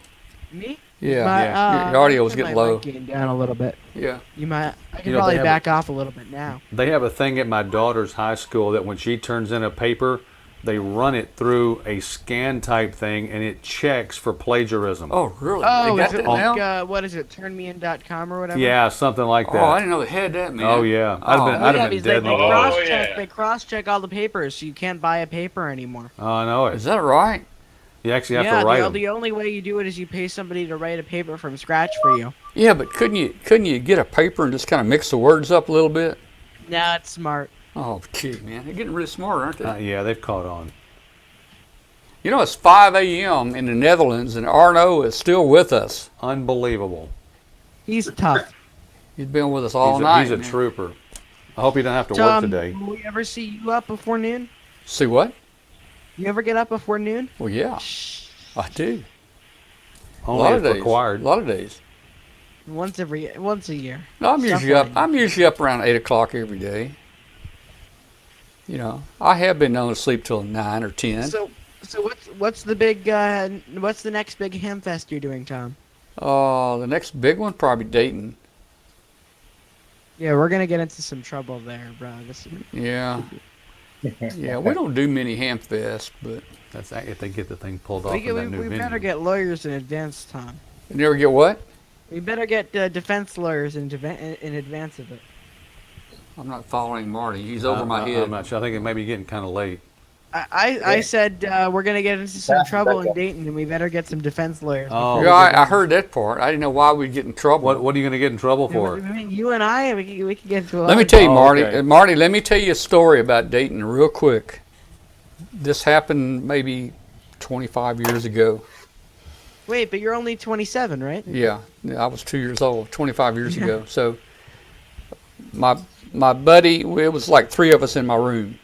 Okay, you know, we split a room, and somebody knocks on, didn't knock on the door, heard him putting a key in the door. You know, we had the little latch on, but he opened the door up, and thinking, who's this guy coming in our room? You know, got a key. Anyway, I opened the door to talk to him, and he came in, and he brought this woman with him, and they come in, and they closed the door behind him. He said, what are y'all doing in my room? And I said, your room. And I held my key up. I said, this is my room. He said, and then he held his key up and said, this is my room. So anyway, he called the office, and he kept pulling the curtains back and looking outside. He says, there are cops and something else all over the place. And he closed the curtain, and he was talking on the phone to the manager, and the manager says, you got to get out of there, man. And we've rented that room. And he pulled the curtain open and says, there's cops and something everywhere. And he closed the curtains. And the manager told him, he said, look, just stay there. I'm getting you another room. And the guy said, okay. So he hung the phone up. Now, I didn't know it, but this guy had a pistol. And my buddies had gone and sat down in the back of the room, and here I was still arguing with the guy. But anyway, the guy turned out to be a pretty nice guy. His name was Fast Eddie. His name was Eddie. They called him Fast Eddie. And he said, this is my regular room when I'm in town. So this is my regular room. He says, the managers get me another room. He says, you guys have been very nice to us. He says, you want to come down to our room and bust it up or anything? You know? He said, can I get you any women? Can I do this for you? Can I do that? And so the next day, you know, we saw Fast Eddie's car out there. It had a tag on the front, Fast Eddie, and it was a Cadillac Eldorado. I don't know if they still make those. I think it was the Eldorado, big Cadillac, and it had great big cow horns on the very front of the hood. They must have been 5 foot wide, you know. and he worked for Phillips Petroleum Company. Anyway, that was Fast Eddie. That was his cover story. Yeah, that was Fast Eddie. Fast Eddie. So now that's not the end of the story. It continues. So this hotel, let me tell you, this hotel was like $30. Back then, they were cheap. It was like $30 a night. And we had been known to put 10 people in a room. So you know what 30 divided by 10 is, right? So Hamfest didn't used to cost much. Didn't used to cost much. So anyway, so that morning, man, we got up and we put our bags back in the car because we're now starting to wonder about this motel. So we stopped at the front office. The guy says, "I'm sorry about what happened last night. Do you guys want to keep the room?" And I said, "Yeah, if you don't send another guy in with a gun." He said, "No, you won't have any more problems." That afternoon, we came back. We pulled up to the door of the motel room. The door was cracked about, I don't know, a foot. We walked up there and I looked in. There was 10 people in our room. You know who it was, Walter? You know Randy Wilder, the guys from Memphis?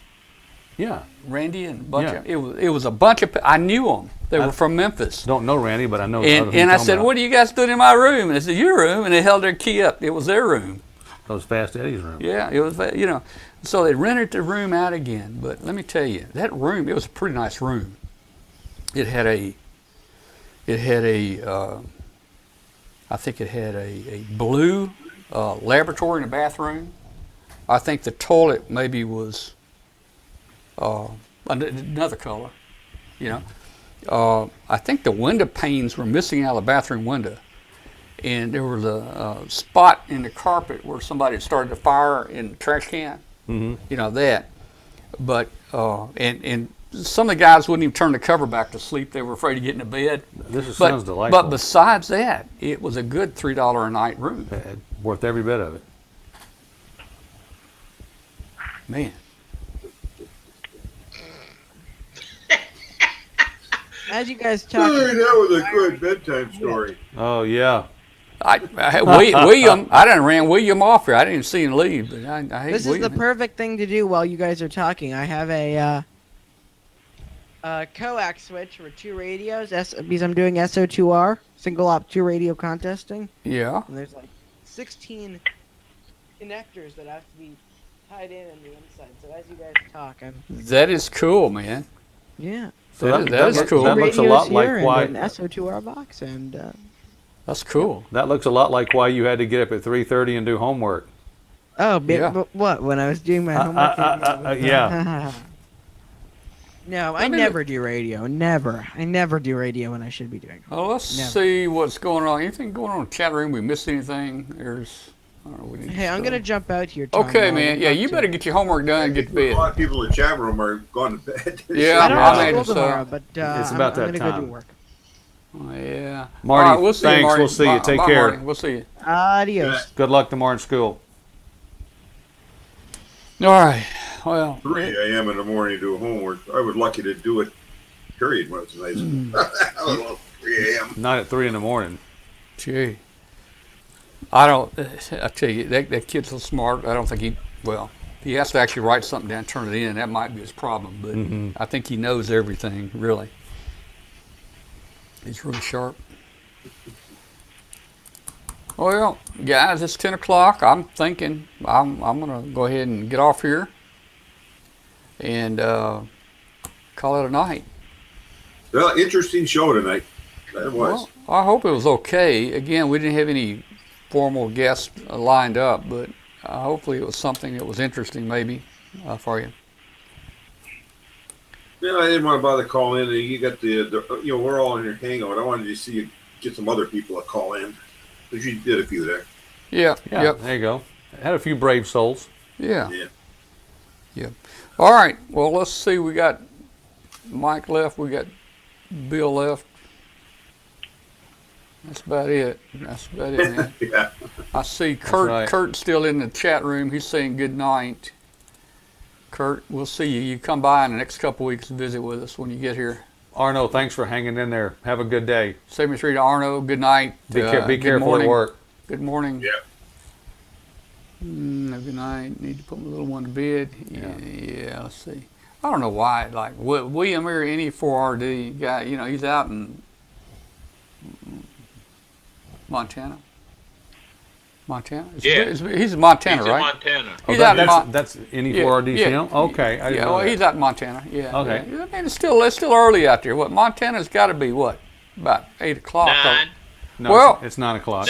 Some places are we? They're only 1 hour behind us. Well, Montana is. For you. Yeah. Now, it always mixes me up because someplace out there in the Midwest, they don't have daylight savings time. Now, what if Montana had a 15 or 30-minute daylight savings time?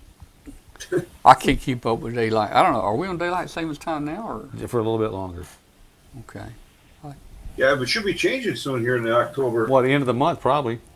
Yeah. Like the This is 20. what the calendar says here. The 30th or 29th or 30th?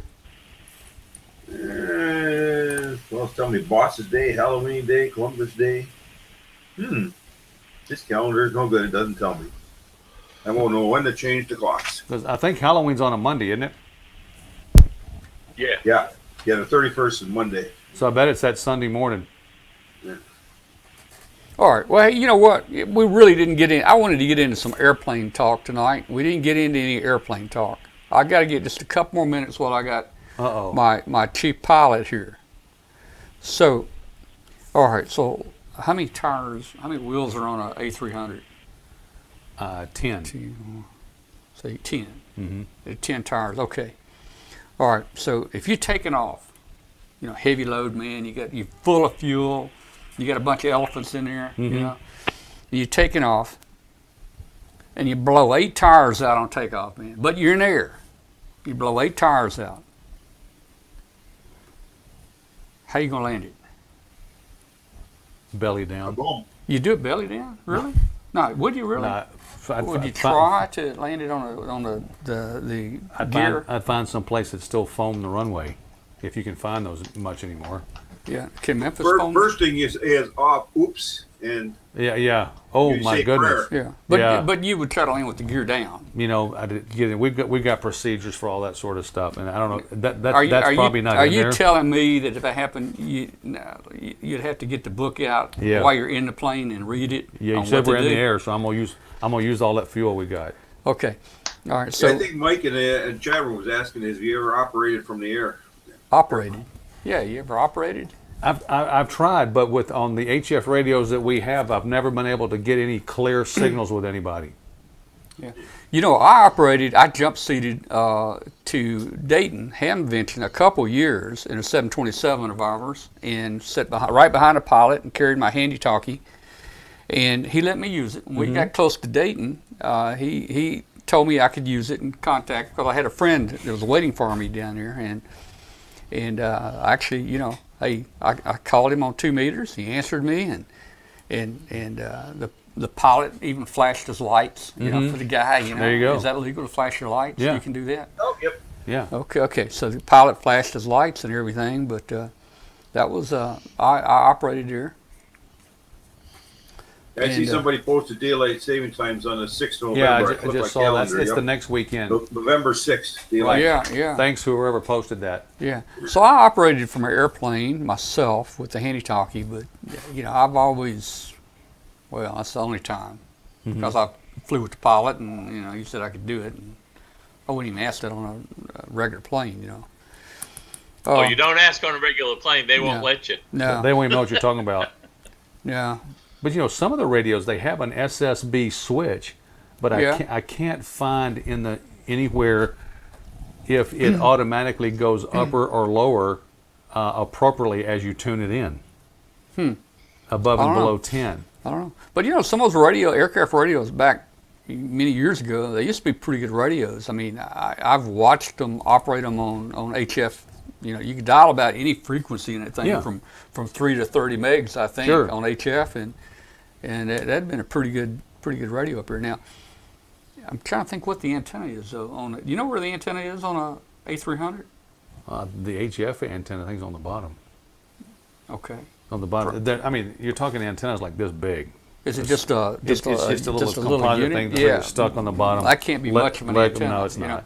It can't be. I mean, hey, you'd be better off like a World War II plane where they got the wire that goes back to the tail back there. You know, the Air Force is actually looking into upgrading a lot of their HF comm on some of their leather transports. I think that wire would work better. Yeah. And also if you run that wire back to the tail, you could go under power lines and stuff without hooking the tail. That wire would just help. You wouldn't have to worry about it. That wire would help you just or go under the bridge. Well. If the I guess that would just push the tail down when just make it a long wire. Oh, there you go. Yeah, hey, I thought, in fact, I think they do that on some of the military planes many years ago. I think they would drop a long wire out the plane, and it would trail the plane, quite a ways and tune that up. And see, they could put one of those 237 auto tuners, a couple of things up in there, and with a long wire, and have it made. Yeah. Well, that's how many more years you got before you retire out there? You think you got another 5? I'm day to day. Day to day. Well, yeah, you really need to. Wait a minute. I thought he had another kid getting ready to go to college, Tom. I do. Going off next year, but she's a brainiac. Yeah. She's a brainiac. She's gonna get. All right, so she's gonna get the full ride, and you're not gonna have to worry about it. Hell, it won't be a full ride, but I'm hoping it's gonna be pretty close. Oh, that'd be good. She's got a 4.6 GPA and about a 33 on a super score on ACT. Lord. And she didn't get it from me, I promise you. Mike there, KD9DLL, says he saw a video of a guy with a handy-talkie while skydiving. Yeah, there's a guy, I've got a video somewhere. We had him on the show. He actually worked CW, skydiving. Really? Yeah, he was making CW contacts while he was skydiving. I'd be screaming. Oh, man. Well, hey. Well, you see, I have my eyes closed, I'll tell you that. Yeah. Okay. Some goggles on. All right, so you wouldn't want to jump out of a plane? No. All right, tell me about this, man. And Kathy wants to go skydiving. And I'm thinking, why would anybody want to jump out of a perfectly good airplane? That's what I want to know. I mean, here you are, a pilot, man. Do you ever worry about it crashing? I mean, do you ever worry that you're in a job that, I mean, the aircraft industry is very safe now. I know it is, very safe, but there are still things happen, accidents, man. Yeah. Do you ever worry about that? I mean, you can't. It's always something that. Do you worry about when you get into big turbulence? Does that worry you? Where the wings are stressing and the plane's dropping and You're gonna give the poor guys nightmares. That's I'm not gonna be able to sleep tonight. I flew back from Hong Kong one time, and we hit such terrible turbulence, and it went on for about 8 hours. I mean, that flight is like 13 hours, 14 hours. And we were in it for about, I don't know, we were probably at least 6 hours. And Walter, it'd feel like the plane would just fall maybe 100 feet, and then it would, then it would stop, and then bounce around. It would fall again 100 feet. That's uncomfortable. And does stuff like that bother you though when you're flying? I mean, only about the first hour. Yeah. Then after that, you get used to it.